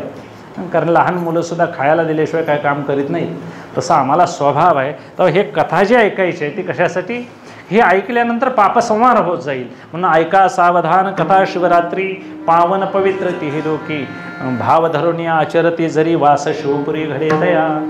उपवास आणि शिवाचे पूजन, रात्रो जागरण विधियुक्त, एक पसा पाणी एक बिलबदल पूजन, केवळ सोपे बहु नामा म्हणे करी, नामा म्हणे मुखी हर हर शब्द मात्रे.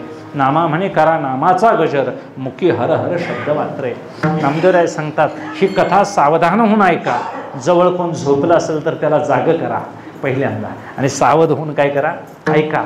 का सावध होऊन ऐकायचं, तर पूजन सोपं आहे. आजच्या रात्रीला उपवास केल्यामुळे झोप येत नाही, आणि झोप येत नाही म्हणून तळमळत बसण्यापेक्षा शिवाचं काय करा, नामस्मरण करा, पूजन करा. रात्रीला देखील पूजलं तर का देवाला थंड वाजत नाही. त्रिकाळ पूजा करायची चालते, तुम्ही नाही आंघोळ केली तर हरकत नाही, पण त्रिकाळ देवाचं पूजन करा. रात्रीच्या वेळेला जागरण करून देवाजवळ धूप दीप नैवेद्य वगैरे सगळ्या गोष्टी ठेवून देवाला आनंद वाटेल असं नामस्मरण करा. घरातली झोपली असली तर ज्ञानदेवा मौन जपमाळ अंतरी, मनातल्या मनात म्हणा. पण कुणाला पिडा करून लाईट बंद करून केलं तरी देवाला कळतंय, लाईट उघडं लावून जरी केलं तरी कळतंय. देवाला दिसण्यासाठी डोळ्याची गरज नाही, तो विश्वत चक्षु आहे म्हणून त्याचं जागरण करा. पूजा करायला काय महाराज, अभिषेक घालायला लागतोय महादेवाला. किती सोपं सांगितलं. एक पसा पाणी, एक वंजळ पाणी देवावर घालायचं आणि एक पालथ बिलबदळ वाहायचं. पूजन केवळ सोपे बहु, हे करताना नामा म्हणे करा नामाचा गजर, मुखानं नामाचा गजर करा, मुखी हर हर शब्द मात्रे. एवढं करायला काय पैसे पडतात का म्हणतात. म्हणजे शिवरात्रीचा महिमान फार मोठा आहे. देवाला आनंद होतो, देवाला टाळी वाजवायची त्या निमित्तानं फारच देवाला आनंद होतो महाराज. म्हणून भगवान शिवालयामध्ये टाळी वाजवतात लोक. आनंदानं देवाचं नाव घेतल्यानंतर देवाला आनंद होतो. आणि हे शिवरात्रीचं आख्यान सांगताना नामदेवराय वर्णन करतात, पूर्वी कांतीनगरामध्ये एक सोमदत्त नावाचा राजा होता. कांतीपुरी राजा नामे सोमदत्त, तयाचे संपत्ती पार नाही, पूर्व पुण्यबळे लादले तयाशी, देता उपमेशी उना शक्र, पाच सते तया कामिनी, सुंदरा करता नाही झाला पुरा काम, नामा म्हणे जेते उणे नाही काही, ऐंसा असून न सुटे भोग. पूर्वी तो राजा सोमदत्त नावाचा कांतीनगरामध्ये, त्याला 500 स्त्रिया होत्या. 500 स्त्रिया असताना देखील त्यात दोघी पतिव्रता होत्या म्हणतात, आणि उरलेल्या सगळ्या अन्यायानं वागणाऱ्या होत्या, नको ते आचरण करणाऱ्या होत्या. आणि मग एवढ्या स्त्रिया असूनही त्याला विषय वासना सुटली नाही. तो सोमदत्त राजा असा राज्य करत असताना त्या 500 स्त्रियापैकी दोघीच पतिव्रता होत्या. आणि त्या बळानं काय झालं पुढं सांगतात, 5 शता माझी दोघी पतिव्रता, ज्यारीने सर्वता सर्व काही, आपण बुडती पती बुडविती उभयता जाती नरकामध्ये. कारण धर्मशास्त्र असं सांगतं, वर्तणुकीत जर चूक झाली तर एखाद्या राष्ट्रानं पाप केलं तर ते त्या राष्ट्राचा प्रमुख म्हणून राज्याला भोगावं लागतं. स्त्रीनं केलेलं पाप पत्नीला पतीला भोगावं लागतं. शिष्यानं केलेलं पाप गुरुला भोगावं लागतं. धर्मशास्त्र असं सांगतं महाराज की राष्ट्र करी पाप भोगावे राज्य आणि राजयाचे ते सर्व पुरोहिता. शिष्य केले पाप भोगावे गुरुने, स्त्रीने केले घेणे पुरुषाशी. नामा म्हणे जन मायेत गुंतले, शेकी खाती झोले संसाराचे. इथं राजानं केलेलं पाप गुरुला फेडावं लागतं, राजाच्या पुरोहिताला. राष्ट्रानं केलेलं राज्याला, पत्नीनं केलेलं पतीला, शिष्यानं केलेलं गुरुला. आणि मग असा जर पापाचा महिमा भोगावा लागत असेल तर तो 500 स्त्रिया असणारा राजा उरलेल्या 498 स्त्रिया जारिणी होत्या, नको त्या वाममार्गाच्या असल्यामुळं त्यांना मेल्यानंतर वाईट त्यांना गती मिळाली. दोघी मात्र पतिव्रता स्त्रिया होत्या राजाच्या, त्या मात्र पुण्य संपल्यानंतर मग पुढं काय झालं तर मग 80 बहुत काळ लोटले यावरी, पुण्याची सामुग्री हरपली. पुण्य संपलं. राजा असणारा सोमदत्त आता मरुनिया जन्म हरणाचा पावला, पतिव्रता झाल्या कुरंगिनी. तो राजा मरण पावल्यानंतर हरणाच्या जन्माला गेला आणि त्या दोघी पतिव्रता असणाऱ्या त्या स्त्रिया हरणी झाल्या. आता त्या दोघी हरणी झाल्याने हा हरण झाला. पुण्य संपल्यानंतर मनुष्याला अशी गती मिळते महाराज. राजा असणारा आता कोण झालाय हो? आम्ही काय काय होईल ज्याचं त्यानं लक्षात ठेवायचं आहे. म्हणून आपण कथा वाचायची पण त्यातनं आपण शिकायचं. पिंपळगावातच येऊ असं काय सांगता यायचं. मेल्यानंतर ही गती लाभली. चांगलं आचरण त्या पतिव्रतेंचं होतं म्हणून त्या कुरंगिणी झाल्या हरणी.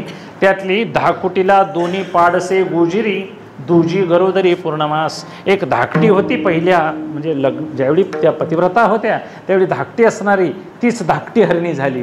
तिला 2 पाडसं होती. आणि एक दुसरी ज्येष्ठ होती मोठी पट्टाची वडील आहे व मोठी असणारी राणी कुरंगिणी हरणी, ती गरोदर होती, पूर्णमास भरलेले होते. अशी कथा नामदेवराय सांगतात. आणि तो राजा हरिण झालेला आहे. मग फिरता फिरता महाराज कर्मधर्म संयोगानं ओनी हरण राहिला त्या वनी फिरायला लागले. मग खाण्याच्या निमित्तानं पाणी पिण्याच्या निमित्तानं महाराज एके ठिकाणी त्यांचं एकमेकाबरोबर सौजन्य जमलं, दिसले एका जागी. आणि मग पूर्वस्मृती जागृत झाली. पूर्वजन्मामध्ये आम्ही कोण होतो? राजा राणी होतो, पत्नी होतो. आणि मग जातीच्या स्वभावे करती विहार, चित्त झाले स्थिर एकमेकाला बघितल्यानंतर पूर्वस्मृती जागृत झाली. आणि मग ती फिरायला लागली. महासोमदत्त हरिण आणि ह्या राण्या हरिणी झालेल्या. 2 पाडसं एकीला आणि गरोदर आहे. अशा अवस्थेत फिरत असताना असा काही काळ निघून गेला. नामा म्हणे पुढे काय झाली गती, कथेची संगती ऐका बरी. आता ही कथेचा भाग इथं एक संपला, एवढं लक्षात ठेवायचं. इथून पुढं आता दुसरीच कथा सुरू होते. म्हणून कथेत कथा आडकथा असतात भरपूर, लक्षात ठेवायचं. नाहीतर मग ते हरणाचं इसरलने दुसरंच लक्षात राहील. मग नंतर झालं काय तर दुसरा भाग असा झाला, स्वर्गामध्ये एक भूतसेन नावाचा चाकर होता, ज्याचं नाव भूतसेन होतं. तो इंद्राचाच सेवेधारी होता. आणि मग तो सेवा करण्यासाठी काहीतरी त्याच्याकडून चूक झाली. चूक झाल्यामुळे इंद्रानं त्याला शाप दिला. शाप झालेल्या वेळावर तो पारधीहून जन्माला आला. त्याचं वर्णन करतात. देवलोकेंद्र सेवेसी सादर, भूतसेन चाकर होता ते शेज सज्ज कडता पडले अंतर म्हणून घडले भोग त्याशी. नामा म्हणे सेवा करणे कठीण त्याने व्हावे जाण सावधान. चंड भिल्ल नाम घेतले ठेवून दुष्ट भाव म्हणे वाढविला. राजानं इंद्रानं महाराज शाप दिला. अंतरून झाडताना काहीतरी घड्या पडले असतील. आता तो राजा आहे, हे का आमच्या गावातला हातरून आहे. ह्या म्हैसनं त्या महिला धुत्यात, नाहीतर ते 364 दिवस तसंच असतंय महाराज. देवाचं अंतरून झाडणं रोजच्या रोज निर्मळ नवीन असणार आहे महाराज ते. आणि मग ते झाडताना कुठेतरी चूक झाली म्हणून इंद्रानं त्याला शाप दिला. काय होशील? किरात होऊन जन्माला येशील, तू व्याध होशील, पारधी होशील. विंध्य पर्वतामध्ये महाराज तो व्याध होऊन जन्माला आला. आता तो देवाचा शाप आहे, आमच्यासारख्यांचा शाप नव्हे. हो उन्या शब्द राहिला किरात, निवांत एके ग्रामी, निवांत एका गावात पारधी होऊन जन्माला आला. आणि मग तो भूतसेन चाकर सेवेला चुकल्यामुळं म्हणजे पुण्य संपल्यानंतर राजा हरणाच्या जन्माला गेला, राण्या हरणी झाल्या. हा स्वर्गातला चाकर कुठे जन्माला आलाय? पारधी होऊन खाली जन्माला आला. आणि मग यांच्या कथाभागामध्ये नामदेवराय वर्णन करतात, हा पारधी जातीचा स्वभाव लागला तयाशिनी कष्टे अहर्निशी नामा म्हणे. ज्या जातीत जीव जन्माला येतो त्या जातीचे गुण महाराज त्यात असतातच. आम्हाला देवळात सोडलं तर आम्ही देव बघू, काय काय पुढं ठेवलेलं बघू, काय ठेवलेलं आहे ते बघायचा स्वभाव आहे आमचा. फोटो बघणार नाही, असलं काय हातरलेलं तर चौकाव काय ठेवलं एवढंच बघणार. जातीचा स्वभाव लागला तयासी. आणि मग कष्ट रोजच्या रोज महाराज हातात धनुष्यबाण घ्यायचा आणि पारध्याला जायचा, पाप जोडायचं, अनेक अनेक जीवजंतू पशुपक्षी मारायचे खाण्याकरता. मग त्यांचा सरावच असतो महाराज. आम्हाला एक आंबा पडाय 200 दगड मारायला लागतात. आणि ते टोळीतले आलेले महाराज उसाचं प्यार मारले की चिमण्या मारतात, आंब नव्हत उडतेली चिमणीने कावळं मारतात. का? त्यांना सवयच आहे ती तिकडे मारून खाणारी असणार ती. म्हणजे नियम आहे त्यांना. नियम कशामुळे आहे तर त्यांचा स्वभावच आहे. आणि त्या स्वभावानं हा दुष्टभाव वाढवला मनामध्ये. आणि अनेक हिंडत नाना दर्या पर्वत फिरत महाराज पापाची जोडी जोडत फिरला. नामदेवराय वर्णन करतात, ज्याची जशी वासना असेल ओंगळ तसे तसे जीव व्यवहार करतात. त्या पारध्याची ती वासना भोगाची आणि मग त्या हरणांची ती वासना. आणि मग तो हरण फिरत असताना जंगलामध्ये हा पारधी जीव काहीतरी मिळावं म्हणून सावज फिरत आहे. आणि एक दिवस या पारध्याला काहीही खायला मिळालं नाही. आणि तो दिवस म्हणजे आजचा. दिवसभर महाराज फिरला, घराकडे काहीतरी न्यावं म्हणूनही काही त्याला भेटलं नाही.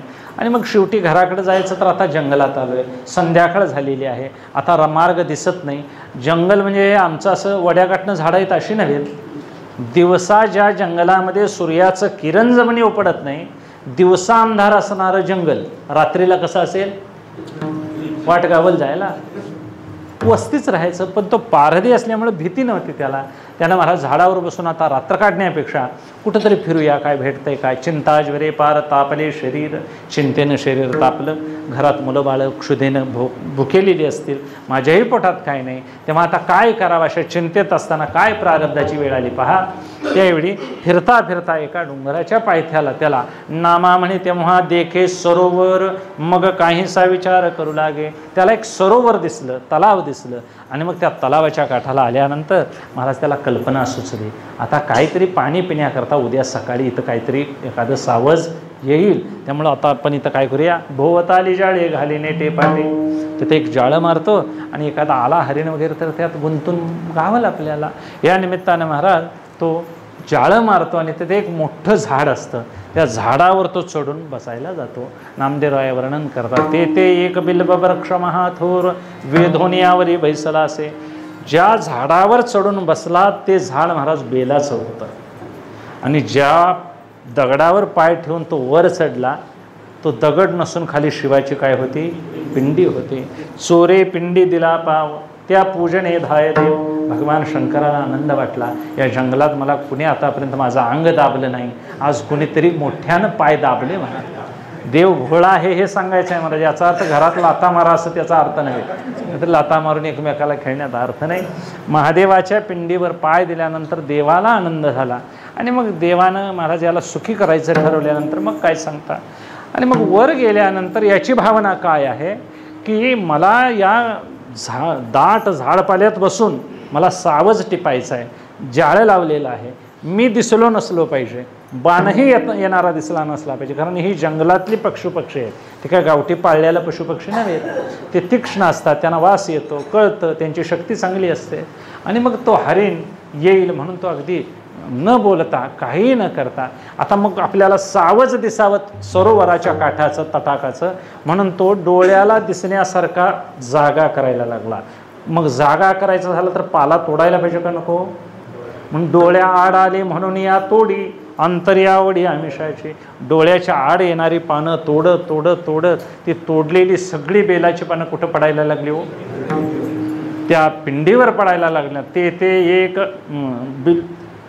ब्रह्मदेवानं स्थापन केलेलं भूमिभाग होते. भूमिभाग होण्या तेथे एक होते शिवलिंग महाथोर. तिथं शिवलिंग महाथोर होतं ज्यावर पाय देऊन चढला ते. आणि त्यावर डोळ्याच्या आड येणार म्हणून ती का पूजा करायची म्हणून तोडल्या, पानं घालायची म्हणून घातल्यात त्यानं नाही महाराज. आणि मग त्यानं आमिष दिसावं म्हणून तोडली. भावना वेगळी आहे, मला दिसावं सावज टिपायचं आहे. पाला तोडून पडला ही भक्ती झाली. जी भक्ती केली ती जाणून केलेली नाही. आणि मग बकाची परी ध्यानस्थ राहिला. आता शांत बसलाय, ते ध्यानाला बसलाय देवाच्या, काय सावज पडून जाईल म्हणून. हां, म्हणजे भावना वेगळी आहे आणि अंतरी जिव्हाळा वेगळाची, आत वेगळा जिव्हाळा आहे. नामा म्हणे धन्य, नामा म्हणे दैव पारध्याचे, काय धन्य दैव असेल महाराज. न कळता झाली देवपूजा, न कळता त्याच्या हातून काय झाली, ही देवपूजा झाली. आणि तो दिवस आज माघ वद्य चतुर्दशी म्हणजे शिवरात्र महाराज. आणि आजच्या रात्रीला तो 3 प्रहर महाराज हे काम सुरू आहे त्याचं. बेलाची पानं तो तोडतोय, खाली पानं पडत आहेत. आता ते जंगलातल्या झाडाला किती दाट पाला असेल महाराज, तो जवळजवळ 3-9 तास तो तोडत आहे. त्यांनी पहाटेच्या वेळेपर्यंत मग देवाला आनंद झाला. देवाला इतका आनंद झाला, तो आधीच भोळा देव आहे, त्याला ही पूजा आवडली. आणि मग त्यानं काहीतरी याला द्यावं म्हणून महाराज यमदेवांना तिकडून पाठवलं. कारण देवाला सेवेचा आनंद आहे. काय द्यायचं, काय कमी आहे देवाजवळ सांगा, काही देऊ शकतो. नामदेवराय त्याचं वर्णन करतात. माथा पडता पाला, माथा पडता पाला,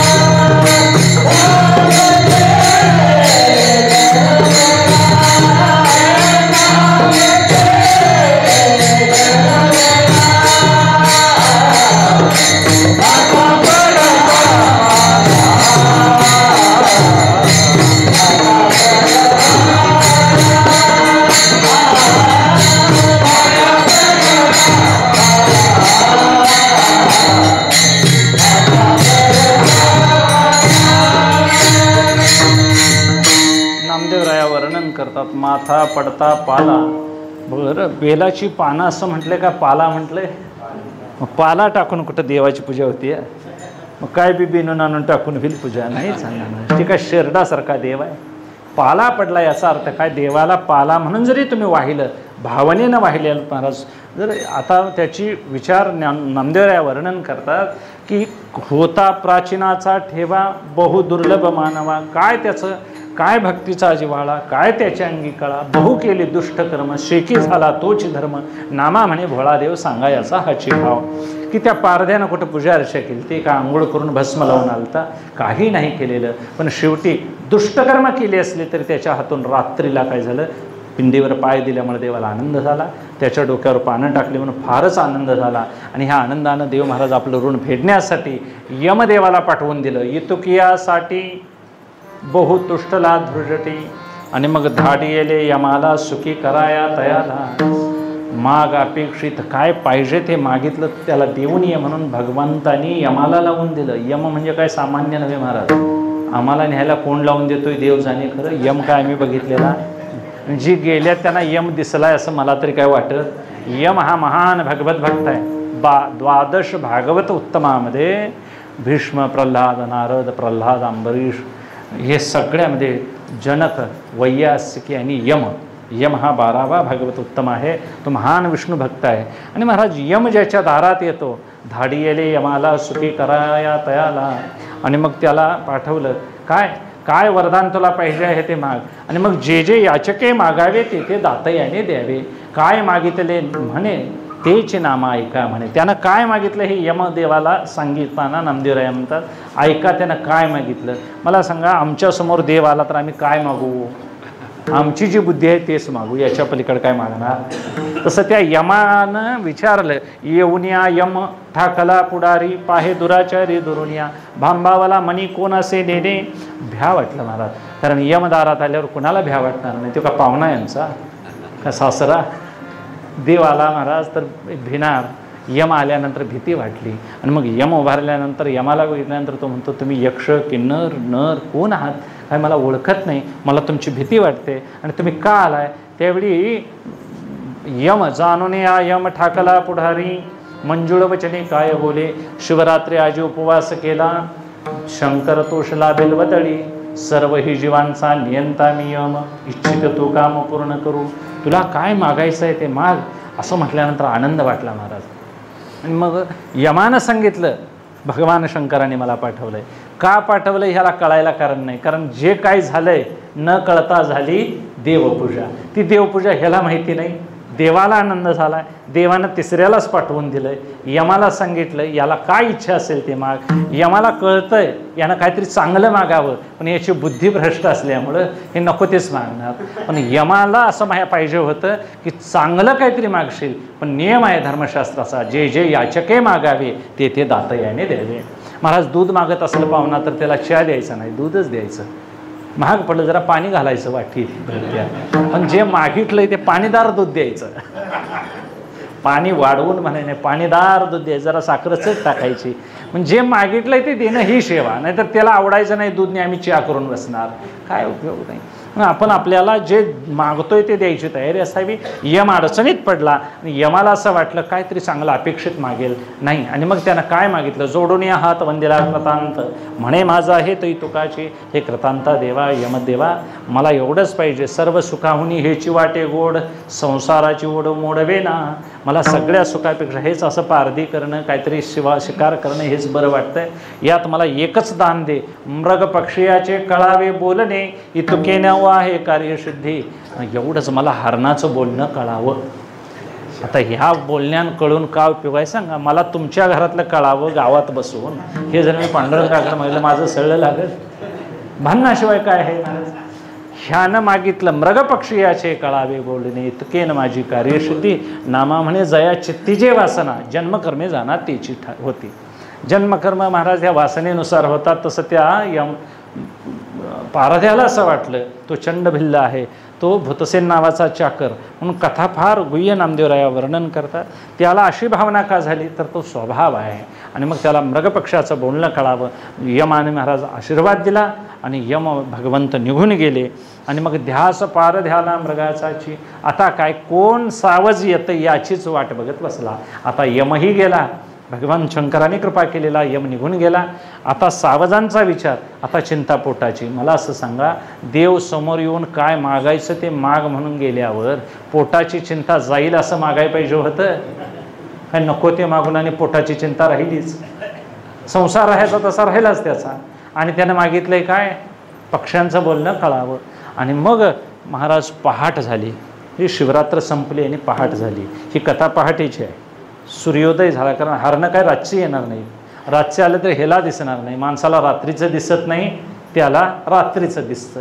असा योग आहे. एकत्र कथा सुंदर मांडलेली आहे महाराज. सकाळच्या वेळेला पहाट झाली आणि एक हरिण, हा सोमदत्त नावाचा, मगाच्या कथेतला, नाही तो ह्यो हरिण दुसरा तिसरा नाही कुठला, त्या कथेतला सोमदत्त हरिण राजा झालेला, तो त्या राजाचा हरिण झालेला. तो हरिण किराण उड्डाण मारित गगनाला महाराज उड्या मारत मारत आला. पुढं पाणी सरोवराचं फक्त दिसलं, खालीलं जाळं हातरलेलं दिसलं. त्या हरणात आणि आमच्यात काय फरक आहे एवढं सांगा? आम्हाला फक्त विषय दिसतोय, खाली गुंतवून टाकणारी माणसं दिसत नाहीत.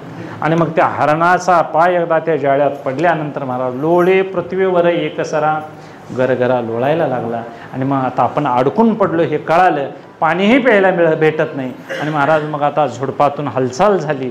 आणि मग आता त्याला मी मरणार, बाण तिकडून येणार, कोणतरी माझ्या सावज म्हणून मला टिपणार, हे कळाल्यानंतर आता कळून काय उपयोग आहे सांगा, डबऱ्यात पडल्यावर आता ड्रेसिंग शिवायने गोळ्या औषधाशिवाय काही उपयोग नाही, त्याच्या अगोदर कळावं. महाराज म्हणून अडकून पडलेला जीव हा हरिण आहे. सोमदत्त आहे, पाण्यासाठी म्हणून धावत आला आणि अडकून पडलेला हरिण जाळ्यात गुंतलेला आहे. एवढ्या वेळेत महाराज जिला 2 मुलं होती, धाकुटीला दोन्ही, धाकुटी हरिणी पाडसे धाकुटी, सांडी उठाविटी आली तेथे, ती मुलांना महाराज कोपटावर ठेवून पाणी पिण्याकरता ती आलेली होती. पुढं जाळ्यामध्ये पती गुंतलेला पाहिल्यानंतर चित्तची वृत्तीच उडून गेली. आता पती पाशामध्ये अडकलेला आहे, मी काय करायचं? आणि मग तिथं पतीला गुंतलेला पाहिल्यानंतर मुखाप्रती मुख लावून चुंबिले, हृदय फुटले देखताची, सुखदुःख बोलती ते काळी, म्हणती कपाळी भोग होता. आता नामदेवराया म्हणतात, आता काळाची उडी पडल्यानंतर मग कोण सोडवणार आहे सांगा. तिथं काळाची उडी पडेल बा जेव्हा, सोडविना तेव्हा मायबाप. मग काळासमोर कसलीही जीवाची ताकद चालत नाही. तो हरिण गुंतलेला आहे, ही जाळ्याच्या बाहेर उभी आहे आणि महाराज सुखदुःखाच्या गोष्टी बोलत आहेत. भोगजे भोगिले स्वप्न प्राय झाले, नाही ती पुरली वासना आहे, नामा म्हणे विषय वासना उंगळतेने कोण्या काळी सुटीजे ना. तो हरिण म्हणतोय, तो पुढे येऊ नकोस, माझ्यासारखी तू गुंतसिली यात. तुझ्याकडं काय आहे, तुझी 2 लहान बालकं आहेत, त्यांचा तू सांभाळ कर. माझी गती मज, तुझी गती तूज, काय काज व्यर्थ प्राण द्यावा. घरी तुझे बाळी गोजरी गोमटी जाऊन या वंशाला सांभाळ. बाळा पाळण हाची स्त्रियांचा धर्म, सांगत असे वर्म जाई आता. नामा म्हणे ऐशे सांगेतीच्या हिता, परी ते नायकता कष्टी होय. ती म्हणते, तुम्ही सांगता हा धर्म खरा आहे, मुलं जतन करायचे आहेत, सांभाळायचे आहेत, मी जाळ्यात यायला नको, पण तुम्ही माझे पती आहात, तुम्हाला एकट्याला सोडून जाणं बरं नाही. आणि मग सुखदुःख भोगले, तुम्हाला आता एकट्याला सोडणं बरं नाही, बाळांचं पालन करणं हा माझा धर्म आहे, तुम्ही माझ्या हिताचं सांगता हेही खरं आहे, पण तुम्हाला सोडून गेल्यानंतर माझं जे पाप होईल ते पृथ्वीवर महाराज मापता येणार नाही, एवढं वाईट होईल. म्हणतात, माझिया भाराने दाटेल मेदिनी, जरी अव्हेरुनी गेले तुम्हा. भोग असताना सुखदुःखाच्या वेळी एकत्र होतो, आता तुम्हाला एकट्याला सोडून जाणं शक्य आहे काय? तुझवीन जिने व्यर्थ या संसारी, नामा म्हणे खरी गोष्ट बोले. पतीला सोडून मी एकट्यानं राहणं हे खरं आहे का? हे धर्माला अनुसरून आहे का? मला एकटीला हे घडणं शक्य नाही. पतिवीन जिने व्यर्थ या संसारी. नामदेवराया सांगतात, असा धन्य सौजन्य ती पत्नी म्हणून त्या हरणाबरोबर बोलत आहे आणि किती तो हिताचं सांगतोय. माझी गती मज, तुझी गती तुझं, काय काज व्यर्थ प्राण द्यावा. तू काय इथं येत आहेस आणि तू निघून जा, तो दुष्ट बघील आणि आम्हाला मारील. आणि हे बोलणं महाराज हे कुणाला कळायला लागले हो? आता त्याला यमानं काय दिलेलं आहे? आशीर्वाद दिलेला आहे, हे बोलणं तुला कळेल. आणि मग त्यांचं बोलणं ऐकल्यानंतर तो महाराज इतका चित्तामध्ये आश्चर्य होतो. धर्मशास्त्र्यांशी बोलता ती बोल, ऐकून या म्हणे आनंदला आणि चाकाटली चित्तवृत्ती केली स्थिर. काय राणीची रानवटे तया एवढे ज्ञान, प्रेमाची जीवन ओसंडत. ही जंगलातली रानवट महाराज प्राणी आहेत आणि यांना एवढा धर्म कळतो, यांना सुखदुःखाच्या गोष्टी कळतात, यांना धर्म कळतो. हे कळाल्यानंतर महाराज त्याचा अंतःकरण आस्ते आस्ते आस्ते शुद्ध व्हायला लागलं. आणि मग हे ऐकत असताना तो म्हणतो, नामा म्हणे हरणी हरणाचा संवाद, ऐकता भवबंध तुटतसे. ह्या कथेचा नुसता हरणे हरणाचा संवाद जरी तुम्ही वाचला, ऐकला, तरी महाराज तुमचा भवबंध तुटून जाईल, एवढं सामर्थ्य या कथेमध्ये आहे. म्हणून त्या दोघांचं धाकटी हरणे आणि तो हरिण यांचा संवाद सुरू होत आहे. तोपर्यंत महाराज जी गरोदर हरणी होती थोरली, ती वडील कुरंगी आली लाग वेगे, तीही मुलांना सोडून महाराज तिथं आली. आहा ऐशे काय केले ओ साजनी, तू काय तर गुंतून राहिलेली आहेस, पाणी प्यायला म्हणून आलीस. मुलं लहान आक्रंद तर रडतात कोपटावर, जाऊन त्यांना अगदी तू स्तन दे. महाराज पती पाशात पडलेला आहे, तिला अजून दिसलेलं नाही. आणि ज्यावेळी तिनं बघितलं पाशात मृग अडकलेला आहे आणि मग प्राणनाथे पेने केले स्वर्ग लोका, मी आहे थोरली आहे, पट्टाची मी राणी, वडील मानाची, जे गती मृगाची तेची मज. जी हरणाला गती मिळेल तीच गती मला मिळेल. मी ज्येष्ठ आहे, मी त्यांच्याबरोबर जाईन. तुझी 2 मुलं आहेत, माझी अजून मुलं पोटात आहेत, अजून जन्माला आलेली नाहीत. तुझी जिवंत आहेत, त्यांचा सांभाळ कर आणि वाढवी वंशाला बाळे पोस. चांगलं त्यांना काय कर, संस्कार दे. वर्ण पुष्कळ केलेलं आहे महाराज. आणि मग ती थोरली हरिणीही तिथं उभा राहते. आता सगळेच महाराज जीव द्यायला तयार झालेत, कोणीही जायला तयार नाही. आणि मग ती थोरली हरणी म्हणते, तुझ्या मुलांना निदान मरायचं आहे तर दूध तरी पाजून ये, आम्ही इथं आहोत तोपर्यंत.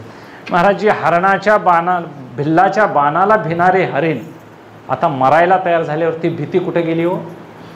मरणाचं भय एकदा गेलं की देहाची चिंता राहत, जीव देहावर उदास होतो महाराज. आणि अशा उदासपणाच्या अपेक्षा आहे परमार्थामध्ये भक्तांशी जाणा जे हे. आणि मग महाराज मोठी कुरंगी हरणी सांगते त्या मुलांना पाजण्याकरता जा. मुलांना ज्यावेळी ती धाकटी हरणी जाते पाजायला, त्यावेळी ती मुलांना निर्वानिर्वीची भाषा बोलते. आता तुमची आमची भेट होणार नाही मुलांनो, आता तुम्ही काय करा, एकमेके सुखे राहावे अनन्य, तुटले सौजन्य तुम्हामा. तुमची आमची आता भेट होणार नाही, प्रेमानं सुखानं राहा, आता भांडणं करत बसू नका. आता ते असं सांगितल्यानंतर मुलंही हुशार होते महाराज. ती बारकी पाडसाहेब ती म्हणतात, प्राणनाते पेने स्वर्ग, वडिलांनी आमच्या पेनं स्वर्गाला केलं तर मग आमचा वाचून येतं काय उपयोग आहे? आम्हीही तुमच्या आधी मरण पाहू, तुम्हाला मरण्याचं बघण्यापेक्षा आम्हीच आधी मरू. आणि मग अतिता लागी चिलिया उपी देहे तेने तुला हे परमधाम. स्त्रियाळ राजाचा मुलगा जसा चिलिया बाळ महाराज त्या देवासाठी भगवंतासाठी मरण त्यानं शिर कापून घेतलं, तसं महाराज आम्ही आपल्या वडिलांच्यासाठी तुमच्यासाठी प्राण देतो. म्हणून तीही पाडसं लागे वेगळी आली धावत महाराज. सगळी एका तटाकाला उभा राहिली सरोवराच्या. आणि या सगळ्यांचा देहावर उदास भाव बघितल्यानंतर त्या हरणी मानेवरी मान टाकून राहिली, वाचाळी खुंटली बोलविना. आणि यांचं दुःख बघितल्यानंतर नेत्र्याश्रुधारा पडती अपार, तेने पृथ्वीवर पूर आहे. त्यांच्या रडण्यानं पृथ्वीवर पूर व्हायला लागला असं वर्णन, पुष्कळ वर्णन केले. मग नामदेवराया वर्णन करतात, तो भिल्ल महाराज घात विसरला. आता ह्या प्राण्यांना मारून मला काय पुण्य मिळेल? आता त्याला कळालं, शेवेशी चुकता होई तो किरात. मी शेवा चुकल्यामुळं मला या जन्माला देवानं घातलं इंद्राने. आता मला कळालं मी भिल्ल नसून मी कोण आहे? भूतसेन चाकर आहे. तुमच्या बोलण्याला माझा शुद्ध सत्वगुण प्रकट झाला. आता मी तुम्हाला अजिबात मारणार नाही. आणि मग ती थोरली हरणी सांगते, बाबा तू मारणार नाहीस खरं आहे, पण निदान मरायच्या अगोदर पाणी तरी प्यायला दे माझ्या मालकाला. बांधून मारिता घडे महादोष, पाजी उदका असं सोडून या. बांधून मारलं तर दोष घडतो, म्हणून आम्हाला सोड. गळ्यातलं ते पाश काढलं सोड आणि पाणी पिऊन येऊ देत. आल्यानंतर मी ज्येष्ठ आहे ओपणे माझं धाडी स्वर्ग लोका, इतुकनी या सुखा पात्र होशी. मला जर मी आहेव असताना, माझं कुंकू जिवंत असताना मला आधी मार, म्हणजे मी स्वर्गलोकाला जाईन. त्यांना आधी मारण्यात आम्हाला दोष राहील. म्हणून इतकं धर्मशास्त्र महाराज ही हरणं असून सांगतात. आणि मग त्याला चंड भिल्ल नावतात. पारद्याला आनंद वाटतो. आणि मी आता तुम्हाला घात इतपर न करी काही, मी तुम्हाला घात जरा देखील करणार नाही. मग महाराज सोडून पाण्याला जाताना तो चंडभिल्ल म्हणतो की तुम्ही जर चुकवून जर सुटून गेलासा तर. मग ती शपथ घेतात महाराज. त्या शपथेचे 3-4 अभंग आहेत. पंक्ती भेदकेची मरतील पोरे किंवा पती भरे वाळपणी. कुणी कुणी काय काय दोष केले त्याची पापं माझ्या मस्तकाला लागेल. जर आम्ही चुकवून तुला गेलो तर मी तुम्हाला चुकवून जाणार नाही. आम्ही पाणी पिऊ आणि तुझ्याजवळच येऊ. तुझं जर घर दूर असेल, तुला जर आम्हाला मारून नेता येत नसेल तर आम्ही तुझ्या घरला येतो. घर तुझे दूर सोसवेना भार, आम्ही तेथवर येत असो. म्हणजे जर ते मांस न्यायला अडचण होत असेल महाराज, तो भिल्ल आपल्या कोपटाकडे निघाला. ती हरणं पाचीच्या पाची त्याच्या मागोमाग गेली महाराज. आता जी बाणाला भिणारी हरणं, मरणाला भिणारी हरणं त्याला मार म्हणून मागं लागलेत. आणि हा मारायला रात्रभर बसलेला मी मारत नाही म्हणतोय. स्वभाव बदलला का नाही हो? जी मरणाला भिणारे ते देहावर उदास झाली, आणि जो मारायचा स्वभाव होता तो आता अभय दान द्यायला लागलेला आहे. म्हणजे परमार्थता स्वभाव बदलायचा आहे. त्या भिल्लाचा स्वभाव बदलला. त्या हरणांचं देहावरलं प्रेम निघून गेलं. कारण मरण समोर दिसलं की अनुताप अंगात येतो. अनुतापानं देवाचं चिंतन राहतं. कायेविषयी उदास झाले. आणि महाराज ती लहान मुलं म्हणतात, आम्ही लहान असलो तरी आमच्या आईवडिलांच्या पेक्षा आमचं मांस तुला चांगलं लागेल. कोवळे मांस वर्णन आहे. नामदेवराय सांगतात, लागो सार्थकास तुझे कोवळे बहु गोड मांझे मांस, लागो सार्थकास तुझे काळजी. माझं कोवळं मांस आहे, तू मात्र खा. आणि मग त्याला तुला आनंद होईल. आणि मग आमच्या आईवडिलांना मार. म्हणजे त्या मुलांना असं म्हणायचं आहे, आईवडिलांचा मृत्यू बघायच्या अगोदर आमचा मृत्यू तू बघ, आम्हाला तो आधी मार. अशी मरणाला महाराज तयार झालेली ही सगळी मंडळी बघितल्यानंतर पारध्याला गहिवर दाटून आला. आणि मग आधीच कृपाळू भोळा महादेव त्यानं मग महाराज एक वैभव विमान पाठवून दिलं कैलासावरून.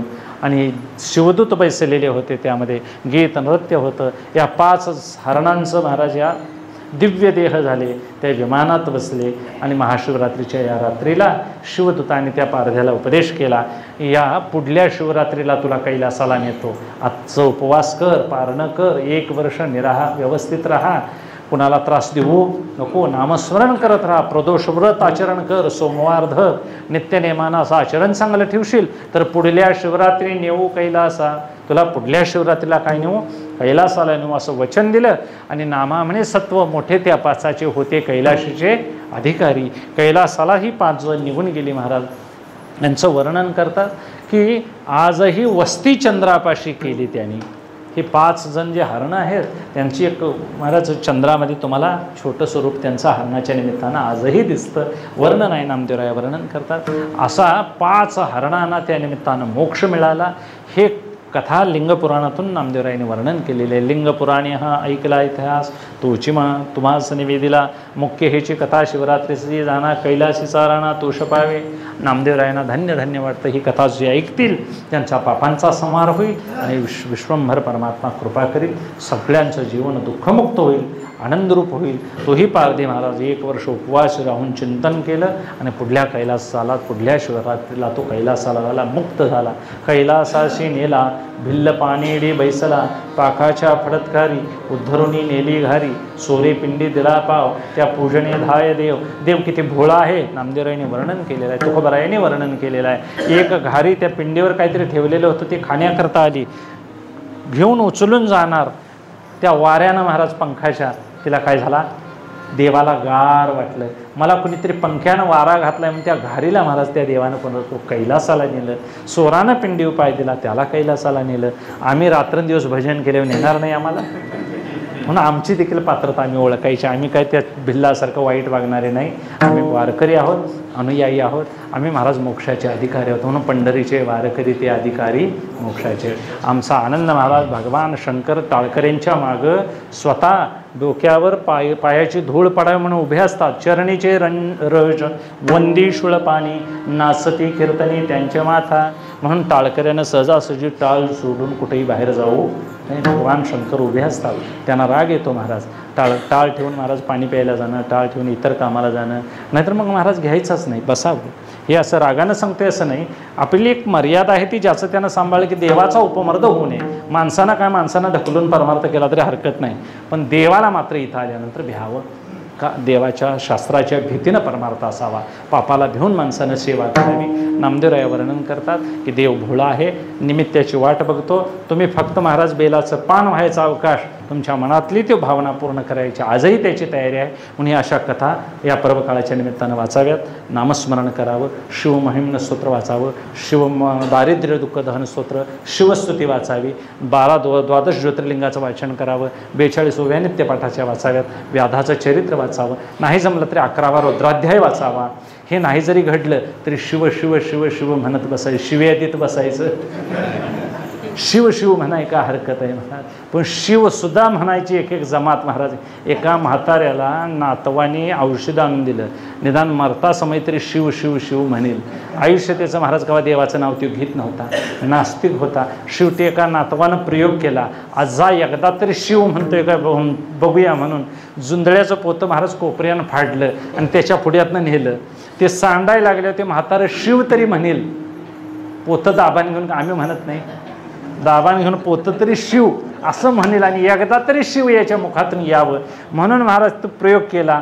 तर ते म्हातारं इतकं खवाट, तुम्हाला लेखाव कळत नाही काय म्हणाला, पोत्याला टाकं मारा म्हणाला, ते खरं शिव आता असली जन्माला आल्यावर कुठला शिव आणि कुठला हरी महाराज. म्हणून भगवंताचं नाव मुखात मोकळ्या वेळेत यावं महाराज. तया माझ्या सायुज्याची चाड तरी तेच पूर्वी कोड, तरी सेवा म्हणते तरी आड प्रेम सुये. आम्हाला देवानं प्रेम द्यावं, प्रेमानंच देवाची सेवा होते. ज्ञानानं देव कळतो, प्रेमानं देवाची सेवा होते. आम्ही सेवाही करायची, जमलं तर कळवून घ्यायचं, नाही कळलं तर काय बिघडत. नवरा कळावाचा असं कुठं लिहिलं आहे? नवरा कळाला नसला तर तो खाया घालतोय, सांभाळतोय. आम्हाला फक्त त्याची सेवा करायची, कापड धुयायची, तिला काय लागतंय ते द्यायचं. ती MBBS असेल, नाहीतर इंजिनियर असेल. आम्हाला साबण सोडाने खाया प्यायचं दिलं म्हणजे पिपळगावात निवांत आम्ही राहतो. जसं पांडुरंग विश्वाचा जनिता आहे, आंधळ्या पांगळ्यांचा एक विठोबा दाता. तो विश्वाचं संचालन करतोय. काय आम्हाला काळजी आहे? आम्ही फक्त वारी करायची, त्याची नाही प्रेमसुख भोगायचं. तसं आज शिवरात्रीच्या निमित्तानं महाराज आम्हाला जे आख्यान नामदेवरायांनी सांगितलं आमच्या उद्धाराकरता आहे. नामदेवरायांनी आमच्यावर कृपा केली म्हणून नामदेवराय चरित्र लेखक आहेत. नामदेवरायांनी ही चरित्र लिहिली नसती तर आम्हाला कुणालाही कुणाचाच जन्म आणि कुणाचंच चरित्र कळालं नसतं. ही झालेली सेवा ही तुम्हा सर्व साधू संतांच्या कृपेने नामदेवरायांच्या महाराज आशीर्वादाने ही कथा तुम्हाला आम्हाला वाचायला भेटली. त्या नामदेवरायांच्या तुकोबरायांच्या थोर चरणावर अर्पण करून सेवेला विराम देतो. महाराज ज्ञानेश्वर